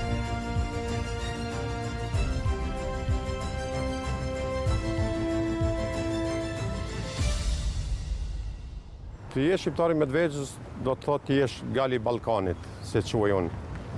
Është të jesh krenar, të jesh i përgjithshëm, të jesh i kujdesshëm, të jesh aty ku natyra e ka caktuar të jesh, do të thotë të jesh në yjen e Dardanisë, të jesh aty ku është identiteti i Lash Dardan, ku mbrohet historia dhe ku është flamuri Dardan, siç e ka thënë edhe presidenti historik i Kosovës në vitin 1990 në Sofje. Të jesh shqiptar i Medveçjës në vedin ngërthen 3 gjëra elementare, pa cilat nuk mund të jesh shqiptar i Medveçjës. Të kesh krenarin, të kesh guximin, të kesh sakrificën. Pse është krenari? Sepse kjo është pjesë e trojeve shqiptare e cila është kputur në vitin 1878 nga gjitha trojet shqiptare prej të Molla e Kuqe, prej të Nishi, Prokupja, Kurshumlia të tjera, edhe vetëm komuna e Medveçjës ka mbet nën ingerencat e Serbisë. Ato kanë kaluar nën ingerencat e Turqisë atëhershme, vilajetit Kosovës, më vonë e kështu me radhë. Kurse këta shqiptarë këtu kanë mbet pra në trollin e vet, aty ku kanë qenë edhe janë autokton deri në ditët e sotme. Pse thejme se është mburje? Është mburje sepse ti jesh i shkputur nga trungu shqiptar, edhe truash gjuhën shqipe, kulturën, historinë shqiptare, traditat, zakonet. Pra, mburje mendoj që më të madhe nuk ka, s'paku për neve. E pse është sakrificë? Sepse që nga ato ditë e deri në ditët e sotme, këto toka shqiptare, këto troje shqiptare i kemi mbrojtur me një mund herë më të madh e herë edhe më të madh. Shqiptarët e Medvegjës rrjedhin nga fiset i Liro Dardane, të cilët ishin popujt e parë që banuan dhe urbanizuan këto vise. Që nga Dardanet e hershme deri në ditët e sotshme, viset e Jabllanicës ishin të banuara pa ndërprerje me popullsi shqiptare, edhe pse në periudha të ndryshme ekzistenca mbijetesës së tyre ishte në rrezik të zhbërjes nga veprimet shfarose gjatë sundimit të pushtuesve. Tragjedinë më të madhe e përjetuan në luftrat serbo-turke të dhjetorit 1877 dhe janarit 1878, gjatë shpërnguljes me dhunë nga trojet e veta shekullore të më se 700 fshatrave shqiptare të Sanxhakut të Nishit. Një rol kyç në këtë periudhë historike ka luajtur Sahit Osman Pasha nga Llapashtica, i cili kishte arritur që gjatë sundimit turk të bëjë ushtarak i lartë. I irrituar për masakrat e ushtrisë serbe ndaj popullsisë së paarmatosur shqiptare, Sait Pasha pati mobilizuar një numër të madh shqiptarësh dhe bashkë me ta pati luftuar kundër tyre. Gjatë një takimi me princin serb Milan Obrenovicin, ai kishte pranuar të ndërpriste luftimet me kusht që serbët të ndërprisnin shpërnguljet e shqiptarëve nga Medvegja. Pas kësaj marrëveshjeje, Sait Pasha që kthyer në katundin e vet në Llapashticë dhe i kishte ftuar shqiptarët të mos shpërnguleshin, kurse ata që ishin shpërngulur të ktheheshin në trojet e tyre. Disa familje i dëgjuan këto thirrje dhe kështu u sigurua që banorët e katundeve Llapashticë, Kapit, Tupall, Dediq, Gjylekresht, Siarin, Svirs dhe Gërbac të mos shpërnguleshin, dhe kjo bërthame vogël shqiptarësh të mbetet, të rritet e të mbjetoj deri në ditët e sotme. Përsëri, në të gjitha këto katrahora të kaluara në këtë periudhë 140 më tepër vjeçare, banorët shqiptar të Medvegjës kanë vetë shqiptar, me gjuhë, me kulturë, me histori, me traditë, me shkollim e të gjitha gjërat përcjellëse kombëtare shqiptare.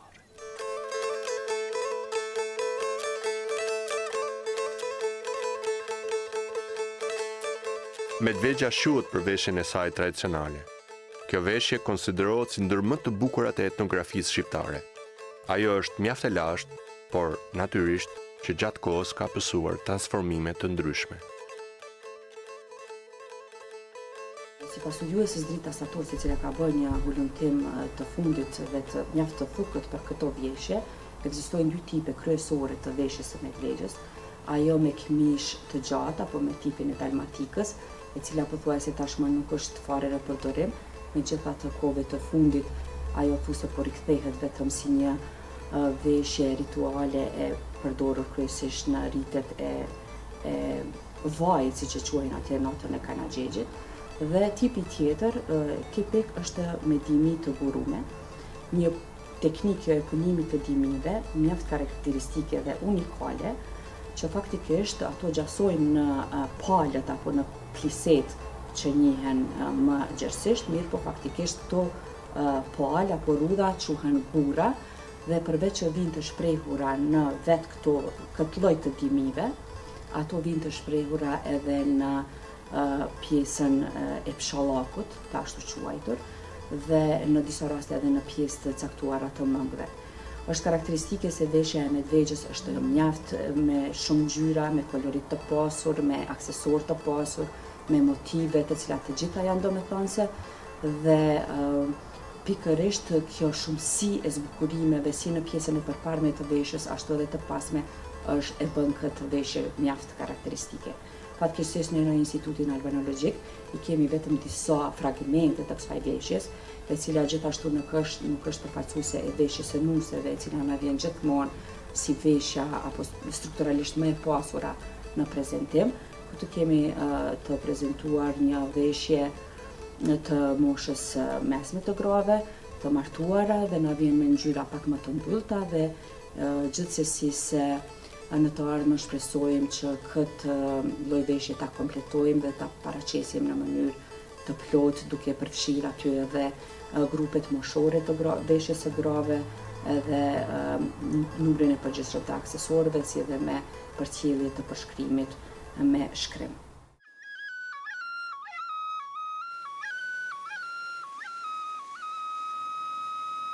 Shqiptarët e Medvegjës kanë ruajtur edhe trashëgiminë e tyre në folklor, këngën shqipe, instrumentet muzikore si fylli, qiftelia, sharkia, defi e tjerë.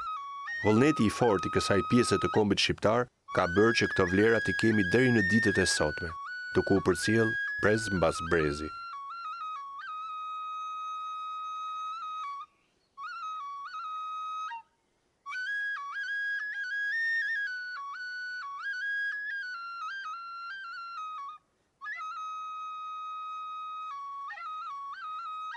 Oj Kosovë po thret me Medvegja, sa herë thire tu për zheca, Bujanovci thot u përheva, jam me jotja thot i presheva.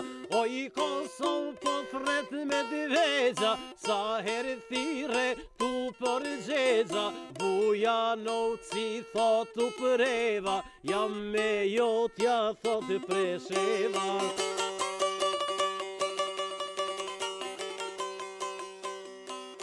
Kënga shqipe e Trojeve të Medvegjes është po ajo këngë shqipe si edhe të gjitha trojeve tjera shqiptare, sepse është përcjell ajo prej vendit në vend. Është kënduar në oda, është kënduar në dasma, është kënduar në punë, në ardh duke punuar, në livadh duke kositur, ka kënduar bariu, ka kënduar fëmiu, ka kënduar nxënësi i shkollës. Do të gjitha gjeneratat e kanë dashur këngën, e kanë kënduar edhe e kanë kultivuar.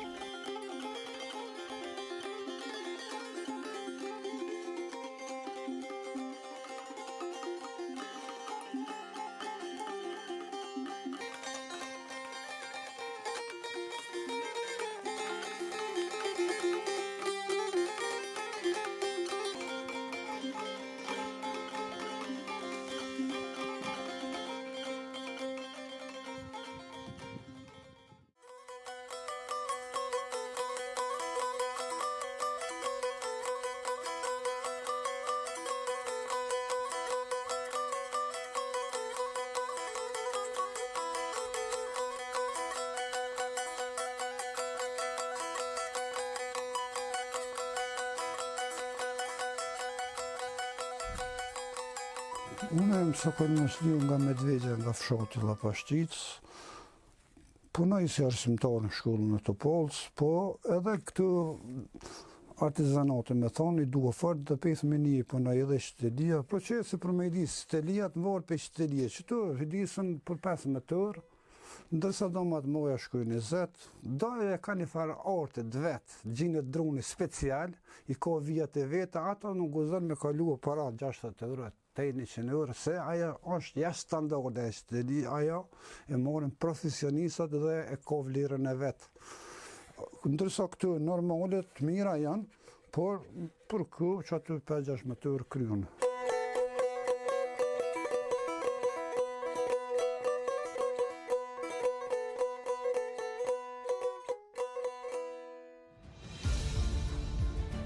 Medvegja ka nxjerrë mjaft njerëz të shuar, prej të cilëve mund të përmendim. Akademiku Idris Ajeti, i cili dha një kontribut të çmuar në studimin e gjuhës shqipe, duke botuar disa vepra të rëndësishme. Është vlerësuar nga presidenti i Kosovës Ibrahim Rugova me medaljen e artë të lidhjes së Prizrenit dhe nga presidenti tjetër Fatmir Sediu me çmimin presidencial për studiuesit. Diçka që unë e veçoj taj ka qenë shumë modest. Sinceriteti taj ka qenë vlera kryesore që e ka pas për çdo familjar të vetëm, por edhe për çdo njeri tjetër. Emri tina është shkruar në histori. Taj ka qenë njeriu që e ka formu Institutin Albanologjik në Universitetin e Prishtinës, dhe Instituti mas vdekjes tina ja ka vu emrin, do thotë Instituti Albanologjik Idris Ajeti. Veli Dedi, general i 3 shteteve, i dekuruar 2 herë në luftën e Spanjës, deputet i Tropojës në 4 legjislatura, është vlerësuar nga Republika e Shqipërisë me dekoratën Nderi i Kombit. Zymer Halimi, general i ushtrisë qërimtare të Kosovës, është graduar nga presidenti i Republikës së Kosovës Hashim Thaçi me gradën general major. mësuesi i popullit Bafti Krasniqi, i cili ishte një ndër pionierët e përhapjes së gjuhës shqipe në Medveç. Ai, pa i përfillur ligjet e sistemit arsimor serb, me bindje vullnet u dha mësim në gjuhën shqipe disa brezave. Në vitin 2021, ai është dekoruar nga Republika e Shqipërisë me titullin e lartë Naim Frashëri. Aza Ferati, e cila ishte vajza e parë shqiptare në Medveç që u shkollua dhe u bë frymëzim për shumë gjenerata të tjera. Pas studimeve, ajo dha mësim në disa shkolla dhe hapi kurse për zhdukjen e analfabetizmit të vajzat dhe gratë. Jim Gjema, veprimtar dhe biznesmen i shuar ndër shqiptarët e Amerikës. Së bashku me të vëllain Ramadanin, ai ka kontribuar materialisht dhe intelektualisht për çështjen e Kosovës, fal lidhjeve që kishte me politikanë të shuar në Shtetet e Bashkuara. Është dekoruar nga presidenti i Republikës së Kosovës Ibrahim Rugova me medaljen e artë të lidhjes së Prizrenit dhe nga presidenti Vjosa Osmani me urdhrin e lirisë. Zeqir Bajrami, gjeograf, krijuesi i teksteve shkollore, i cili së bashku me mësuesit veteran Zeqir Jakupi, Ramiz Muharremi, Abaz Osmani e të tjerë, dha një kontribut të madh në zhvillimin e arsimit shqip në Medveç.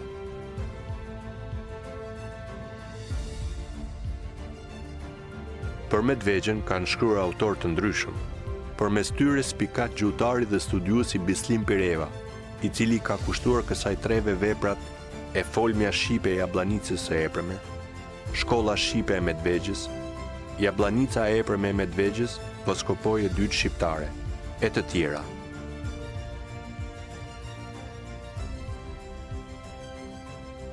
Ndodhemi në vendlindjen e Bislim Pirevës, është lagja Pirev e fshatit Tugjevc.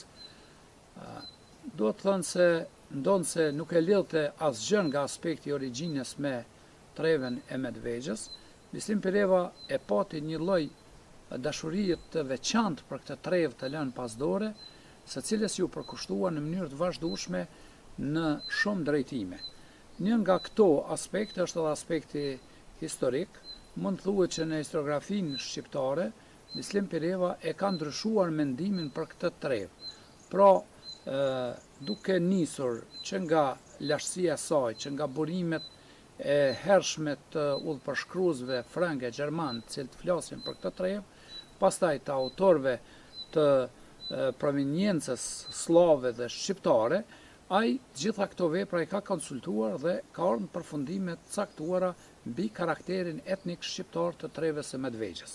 Edhe zhvillimet historike, cilat i ka paraqitur, veç mas ato që lidhen me Kongresin e Berlinit, me realizimin e vendimeve të Kongresit Berlinit, cilat parapon që kjo pjesë shqiptare t'i kalonte Serbisë, janë të argumentuara katërcipërisht në mënyrë të plotë dhe të bazuara në burimet historiografike të kohës.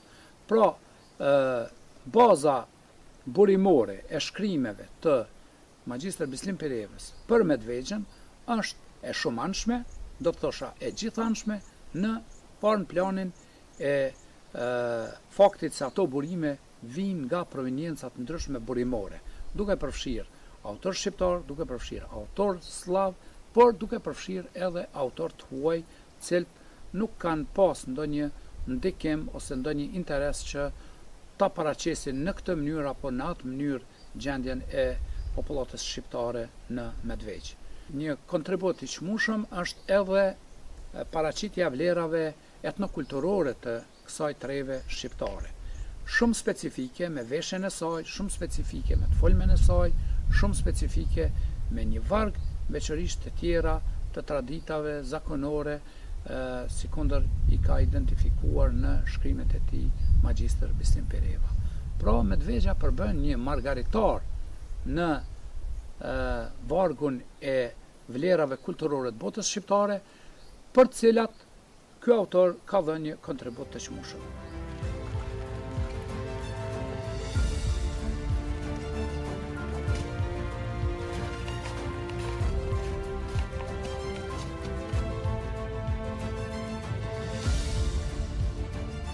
Gjivmi këtu para shkollës në Huj Berisha në Tugjevc, këtu ku vllau im i vlerë Bislim Pireva, zbashku me mua krym klasën deri në klasën e 4.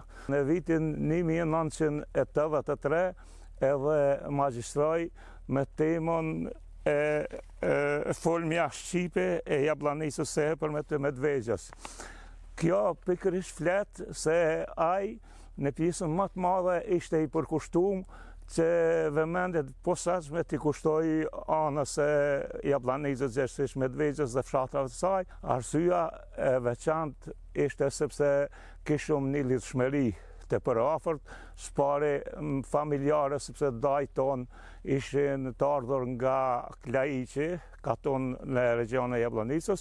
Gjithashtu na ka lidh miqësia dhe shoqëria, sepse të gjithë nxënësit, të cilët kanë vazhduar shkollimin e mesëm në Gjilan, vazhdimisht kanë udhthu në për fshatin tonë në për të Gjefs dhe shumë herë janë kthytë na, kanë nejt, kanë bujt, kemi qenë gjithmonë shoqëruar me ta.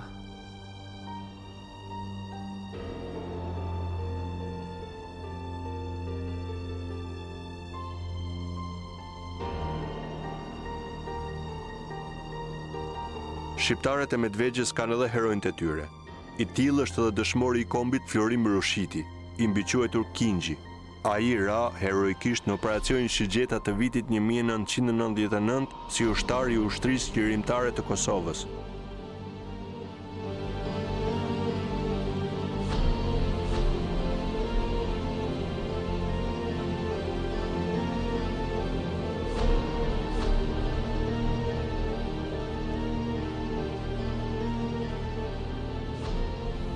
Kam pas fatin dhe nderin ta njoft nga ofër dëshmorin e kumit tash Florim Rushitin nga Medvegja. Dhe kam pas fatin të jam bashkëlëftari i tina. Me fol për Florimin nuk ka fjalë, janë fjalë të tepra. Çka të thosh për to? Kam pas fatin me njoft qysh në ditë e parë në Borrell, stërvitjet e para në Borrell. Florimi ideali i hershëm, një ideal si ku ta shesh nuk ta mosh ke synin, po ku në gjithë në front u tregu vepra tina. Më kujtohet prej Krumës, dikon në ora 8 mbrëmjes, ku jemi apet me kamiona për fshatin Sahan, ka gja një rrugë.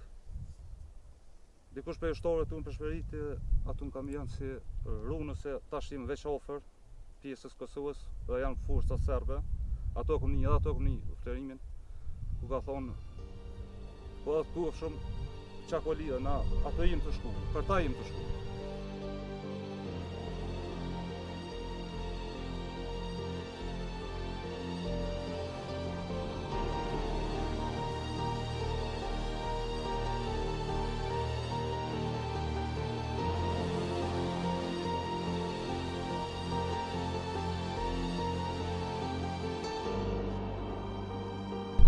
I kom sulmu sërb armikon, të rehoj kom gjut 3-4 bredha në rrëv shkive. Në atë momentin mu më kanë qëllu snajperistat. Dhe Florimin e kom pas 20 metra larg meje. Ju më aprova dhe pak Florimit, dhe Florimi ka arë mund të rhjek muhe. Ja kom po me do, edhe për thamë Florimit, Florim thëtë, sa shune e kryva me sëtë. Hajpi në hëzës të vetë, edhe ja jep një breshia njëna për drejtim të armikut. Edhe mu, unë i ka thirë edhe shok të tjerë Florimi, edhe mu, janë ardhëm kanë kapë, mos stikë për gjonë. Unë jam falenderus për Florim Rushiti që më ka shpetu jetën mu. Dhe jam gjithmonë falenderus, edhe pse ai tash është dëshmor i kombit. Shumë faleminderit për çdo sen prej tina.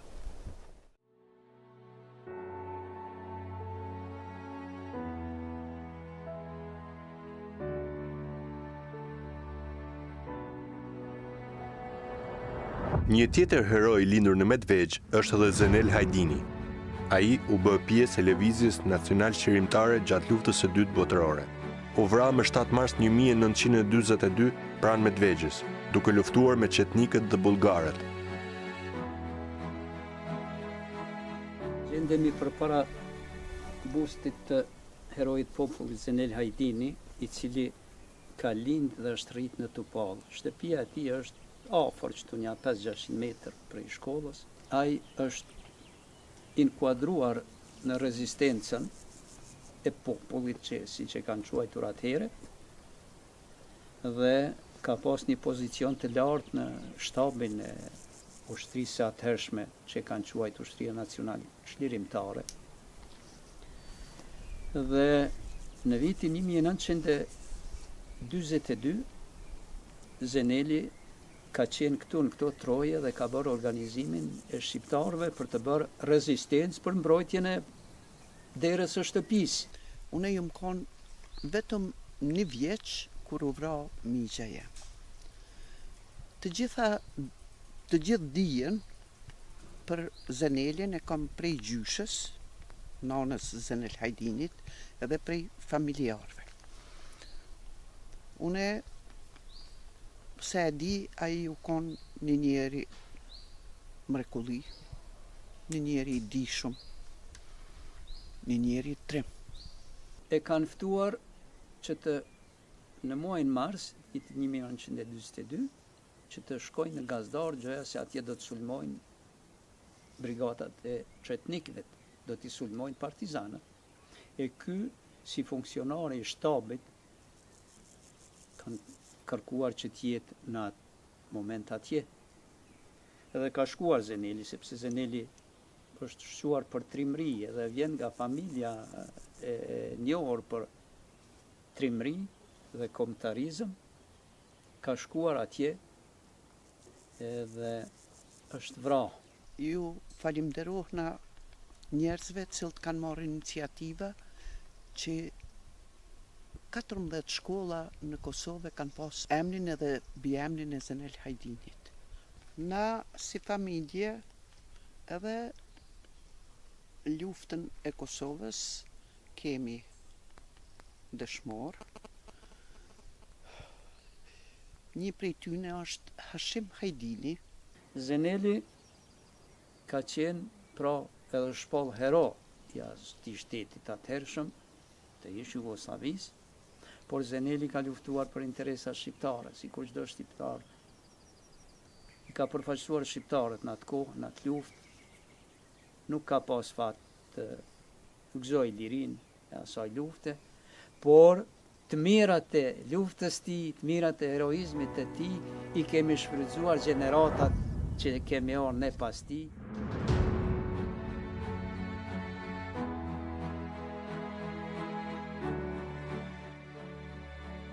Shqiptarët e Medvegjës kanë dëshmuar gatishmëri për të mbrojtur qenien e tyre të rrezikuar kombëtare, për të ruajtur dhe për të zhvilluar kulturën dhe veçantitë e tjera identitare që jo rrallë u vunë në sprova të vështira dhe vijnë ende dhe sot. Ata mbeten pakicë e shtypur shumë fish dhe e izoluar nga kontaktet me pjesët shqiptare të Kosovës, të Maqedonisë së Veriut dhe me Shqipërinë, si shtet anë i të gjithë shqiptarëve. Për shkak situatës krijuar në komunën e Medvegjës, është shumë vështirë që të jesh shqiptar në Medvegjë. Shqiptarët e Medvegjës nuk kanë punësim dhe nuk punësohen, as nuk trajtohen fare nga pushteti lokal i Medvegjës, mirë për anën tjetër nuk trajtohen as nga qeveria e Kosovës dhe nga qeveria e Shqipërisë deri me tani. Kjo ka ndodhur kështu, tash në të ardhmen ta shohim si do ndodh. Shqiptarët konkretisht jetojnë në për fshatra, në për vende malore dhe kodrinore, ku nuk kanë fare infrastrukturë dhe pushteti lokal as qendror asnjëherë nuk është interesuar për kushtet në të cilat jetojnë ata apo për rrugët në për të cilat ata kalojnë çdo ditë. Ti je shqiptar i Medvegjës, të mbjetosh aty, duhet të jesh shumë duhet të jesh i madh dhe të ballafaqohesh me shumë sfida. Gjendja është shumë e rëndë, është kritike, me mungesë s'parit sigurisë, të perspektivës, dhe gjithçka që ka shqiptarë atje pengon. Thjesht, është shumë vështirë të jesh shqiptar i Medvegjës dhe të mbjetosh sot në ditët tona atje. Në komunën e Medvegjës ka 2 shkolla fillore, 8 vjeçare në gjuhën shqipe, ndërsa janë gjithsej 6. Është një shkollë mesme me gjithsej 19 nxënës. Numri i nxënësve në total në komunën e Medvegjës tani është diku rreth 70, nuk janë as 70. Situatë jashtëzakonisht e vështirë. Problemet kryesore kanë të bëjnë me zvoglimi i numrojve të nxënësve, kuadri profesional, mungesa e furnizimit me tekste mësimore në gjuhën shqipe, si dhe kushtet materiale dhe ato teknike. Studentët e Medvegjës adresë shkollimi e kanë në Prishtinën. Dashuria e tyre për dije, shkollim dhe për të mbajtur gjallë lidhjet kombëtare dhe kulturore është shumë e madhe. Por shqetësuese janë pengesat që i nxjerr pushteti serb në mosnjohjen e diplomave të lëshuara në institucione akademike në Kosovë. Ka rezultuar në vitin 2015 se në Medvegjë jetojnë 7235 persona, se njerëz banorë. Prej tyre kinë se 524 vetëm shqiptarë. Mirë po, kjo është një paradoks sepse në zgjedhjet e fundit, listat e votimit kanë qenë 1500 shqiptarë. Si është e mundur që në listat e votimit janë 1500 shqiptarë, kurse sipas vlerësimit të ekspertëve ndërkombëtar, Medvegjja të ketë vetëm 524 banorë shqiptarë. Qofse edhe pak nuk kujdeset qeveria e Kosovës dhe qeveria e Shqipërisë për shqiptarët e Medvegjës, ne kemi ardhur në situatë që ka mendojmë që të shpërngulemi të gjithë nga komuna e Medvegjës, sepse nuk bartet, është e pamundshme që ne ka shqiptarë sa kemi në Medvegjë, ta bartëm gjithë këtë torturë dhe gjithë këtë presion të cilin e kemi edhe nga pushteti lokal i Serbisë, por edhe nga pushteti qendror, sepse me siguri që i ndëgjoni dhe i lexoni deklaratat e presidentit të Serbisë se çka thotë dhe çka fletaj për shqiptarët e Medvegjës, ku i diskriminon deri në atë mas, saqë thotë se në Medvegjë jetojnë 300 shqiptarë, duke gjithë e dim që në kohën kur janë dëbuar shqiptarë nga Medvegjës, ai ka qenë ministër i informimit të qeverisë së Serbisë, kohën kur i kanë dëbuar shqiptarën në komunën e Medvegjës. Do një faktor i vogël të smund, i kuptohet se problemet kanë shkuar aq larg, probleme ka aq shumë, saqë është vështirë vërtet që t'ia dalim ose ta përmirësojmë gjendjen e tanishme, e cila as pak nuk është e favorshme. Mendoj se shteti i Kosovës brenda mundësive të veta ka bërë me vizita që kanë bërë ministrat e ndryshëm, gjithashtu edhe kontaktet e rregullta që i kemi me lideret në Preshevë, Medvegjë dhe Bujanovc. Natyrisht është në vullnetin e vetë qytetarëve atje që të zgjedhin përfaqësuesit e tyre dhe ne do t'i respektojmë, por duhet pasur parasysh edhe pengesat që shteti i Serbisë ja ka bërë Kosovës që të ndihmojë edhe të jetë sa më afër qytetarëve në Preshevë, Medvegjë dhe Bujanovc, por duke mos harruar kur kontributin edhe të Shqipërisë, vizitën e kryeministrit Rama që i ka bërë Preshevës, Medvegjës dhe Bujanovcit, ndërsa në anën tjetër gjithashtu duhet pasur parasysh se ky komunikim që ekziston aktualisht është një komunikim që nuk ka ekzistuar më herët, por duhet të llojet gjitha rrafshet edhe institucionale edhe në nivel qytetar. Deri në vitin 2019 shqiptarët kanë pas 8 këshilltarë në kuvendin komunal. Pas vitit 2019, pasi që ndodhi spastrimi etnik i shqiptarëve edhe nga regjistra civil, shqiptarët me nxe arritën të kenë 3 këshilltarë në kuvendin komunal të komunës së Medvegjës dhe atë që të 3, tash themi në opozitë, mirë, por nuk kemi as opozitë as pozitë, sepse nuk përfillemi fare as nga pushteti lokal. Medvegjasve për të realizuar nevojat e tyre elementare, për të mbajtur gjallë lidhjet kombëtare dhe kulturore, si dhe për të mos u braktisur vendlindjes, qeveria e Kosovës duhet t'i mundsoj linjet e transportit falas nga Medvegjja në drejtim të Prishtinës dhe Anasillas. Për këtë çështje unë kam parashtruar një kërkesë me shkrim në Ministrinë e Infrastrukturës dhe kam zhvilluar takim edhe me ministrin Abrashi, i cili ka premtuar hapjen e linjes. Askush nuk të përkrah nëse nuk kërko diçka që ty takon. Unë besoj fuqishëm besoj që me një politikë unike, qëndrueshme dhe koherente të shtetit Kosovës, por të liderëve në Preshevë, Medvegjë dhe Bujanovc, dhe një punë, mund të them, pahile, por e përgjithësisht shtetërore dhe kombëtare, ky projekt mund të jetë fare lehtë i realizueshëm. Më vështirë ka qenë berja e lirisë dhe pavarësisë e Kosovës se sa bashkangjitja e kësaj treve me shtetin e Kosovës. Rrafshin kombëtar dhe në atë ndërkombëtar. Spaku unë i besoj kësaj qasje dhe këtij përkushtimi. Unë jetësisht personalisht kam qenë i përkushtuar që qytetarët në shqiptarë në Preshevë, Medvegjë dhe Bujanovc të gëzojnë të drejtat të tyre kombëtare, sikur gjithë popujt e tjerë në rajon.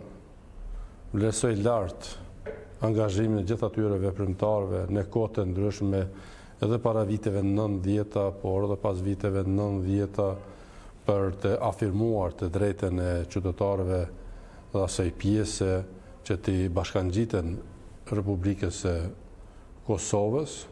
Prandaj ndihem tepër keq që qytetarët në Preshevë, Medvegj dhe Bujanov shqiptarët vazhdojnë të mbesin komuniteti më i diskriminuar sot në Evropë.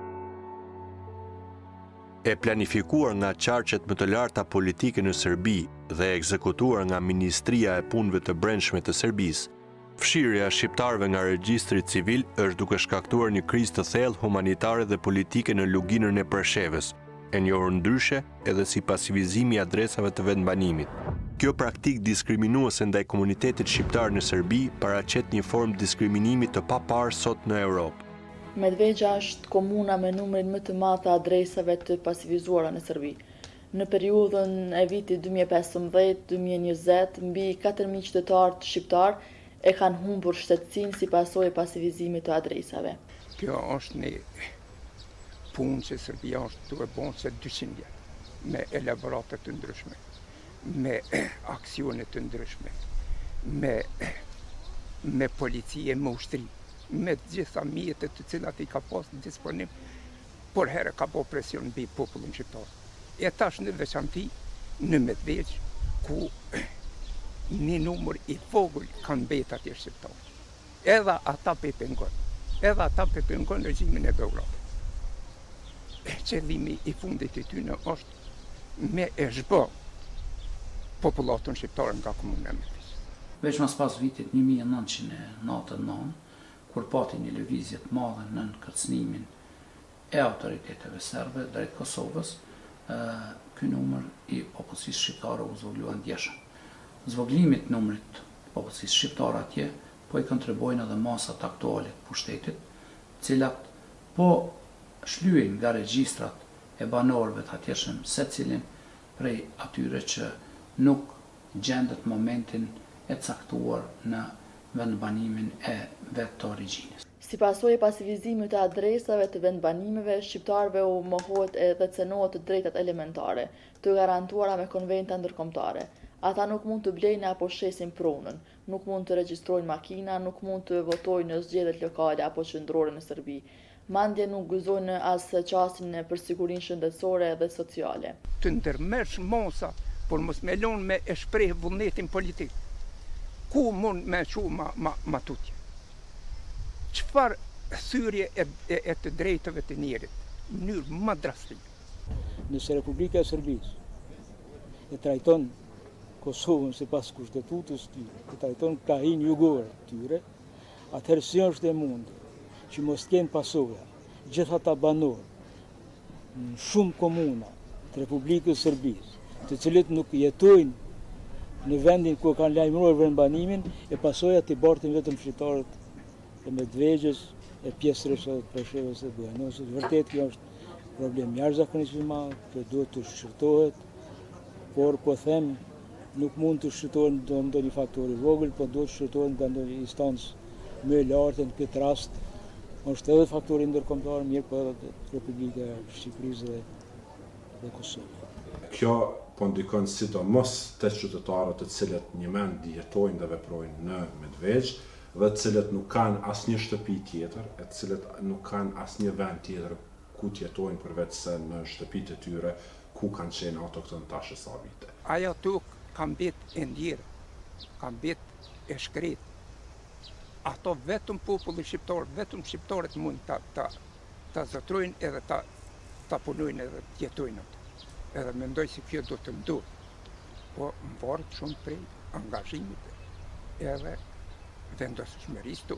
Nënvizoj se ka një numër problemesh me të cilat ballafaqohen shqiptarët e Luginës në përgjithësi e të Medvegjës në veçanti, duke filluar nga nënpërfaqësimi në institucione shtetërore në Serbi, pamundësia e përdorimit të lirë të simboleve kombëtare e veçanërisht probleme të shumta që i përcjellin në shëndetësi e në arsim. Në Medvegj situata është pak më specifike për shkak të një fenomeni që është duke vazhduar fatkeqësisht ende, që është procesi i pasivizimit të adresave, i cili nuk do të ketë thjesht implikime në ndryshimin demografik të komunës së Medvegjës, por realisht do të ketë edhe pasoja politike për shkak se në cenzusin e vitit të ardhshëm, nëse numrat do të vazhdojnë të zhvillohen në formën siç janë duke u zhvilluar, atëherë shqiptarët rrezikojnë ta humbin edhe të drejtën e përdorimit të gjuhës shqipe si gjuhë zyrtare. Medvegja aktualisht përbën treven më të rrezikuar etnike shqiptare. Ndonse një trevë me veçanti shumë specifike etnokulturore, gjuhësore, historike, pedagogjike, një trevë të jetë interesante në të gjitha drejtimet e studimit saj, ajo së dita ditës po shbëhet. Askush nuk mund të qëndrojë në një vend në vazhdimsi pa pasur lëvizje, qoftë për shkollim, qoftë për punësim apo të ngjashme.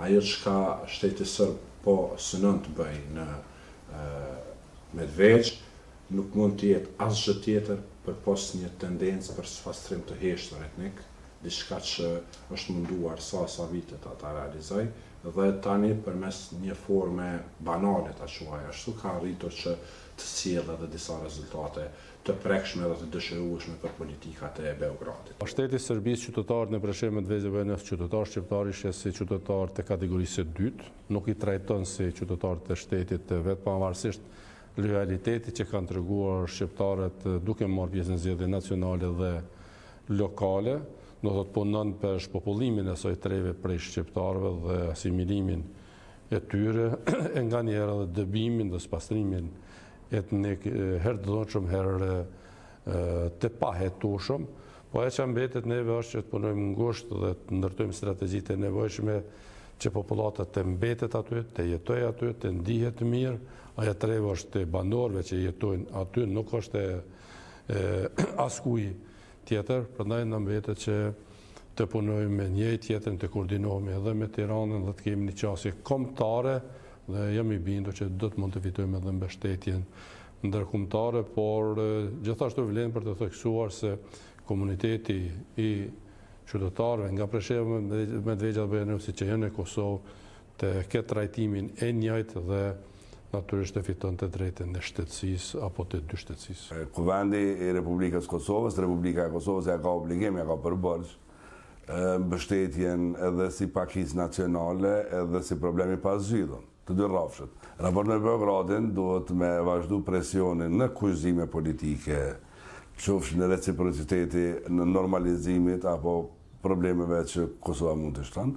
Dhe në karshi me shqiptarët në Kosovë dhe shqiptarët në Jugosllavi në përgjithësi, politika atyre ka qenë ekspansioniste. Nuk mundesh me besu që ata do të vazhdojnë me trajtu Medvegjen dhe Bujanovcin ndryshe, sepse vetë faktin që e në nënvizut, që regjistrimi i adresave, kontrolla e vazhdueshme mbi kthyrja në drejta tjera, në mos zbatem kryesisht. Edhe politika diskriminuese bën që njerëzit me dalë me ndërtu një Medvegj 3 në fushë Kosovë, ose me ndërtu një Preshevë 3 në Prishtinë edhe në Gilan. Edhe kjo është problem serioz, sepse në heshtje po shko drejt zbrasjes së vendbanimeve. Atëherë Kosova do të më garantu dy shtetësinë, do të më garantu drejtën në shkollim, do të më garantu drejtat që i integron, edhe do të me vazhdu me bërë luftën e pa kompromis me Beogradin për drejta politike dhe civile shqiptarëve atje. Ka koha që Medvegja të ndahet nga dy komuna shqiptare në atë pjesë, po mendoj të bëhet ndarja e mirë edhe e drejtë dhe të trajtohet problemi Medvegjes ma veçantë se sa problemi dy komunave tjera. Secili kryeministër dhe secila qeveri që vjen në Republikë duhet ta bardh mbi supët e veta si akt historik edhe heroik problemin e Medvegjes.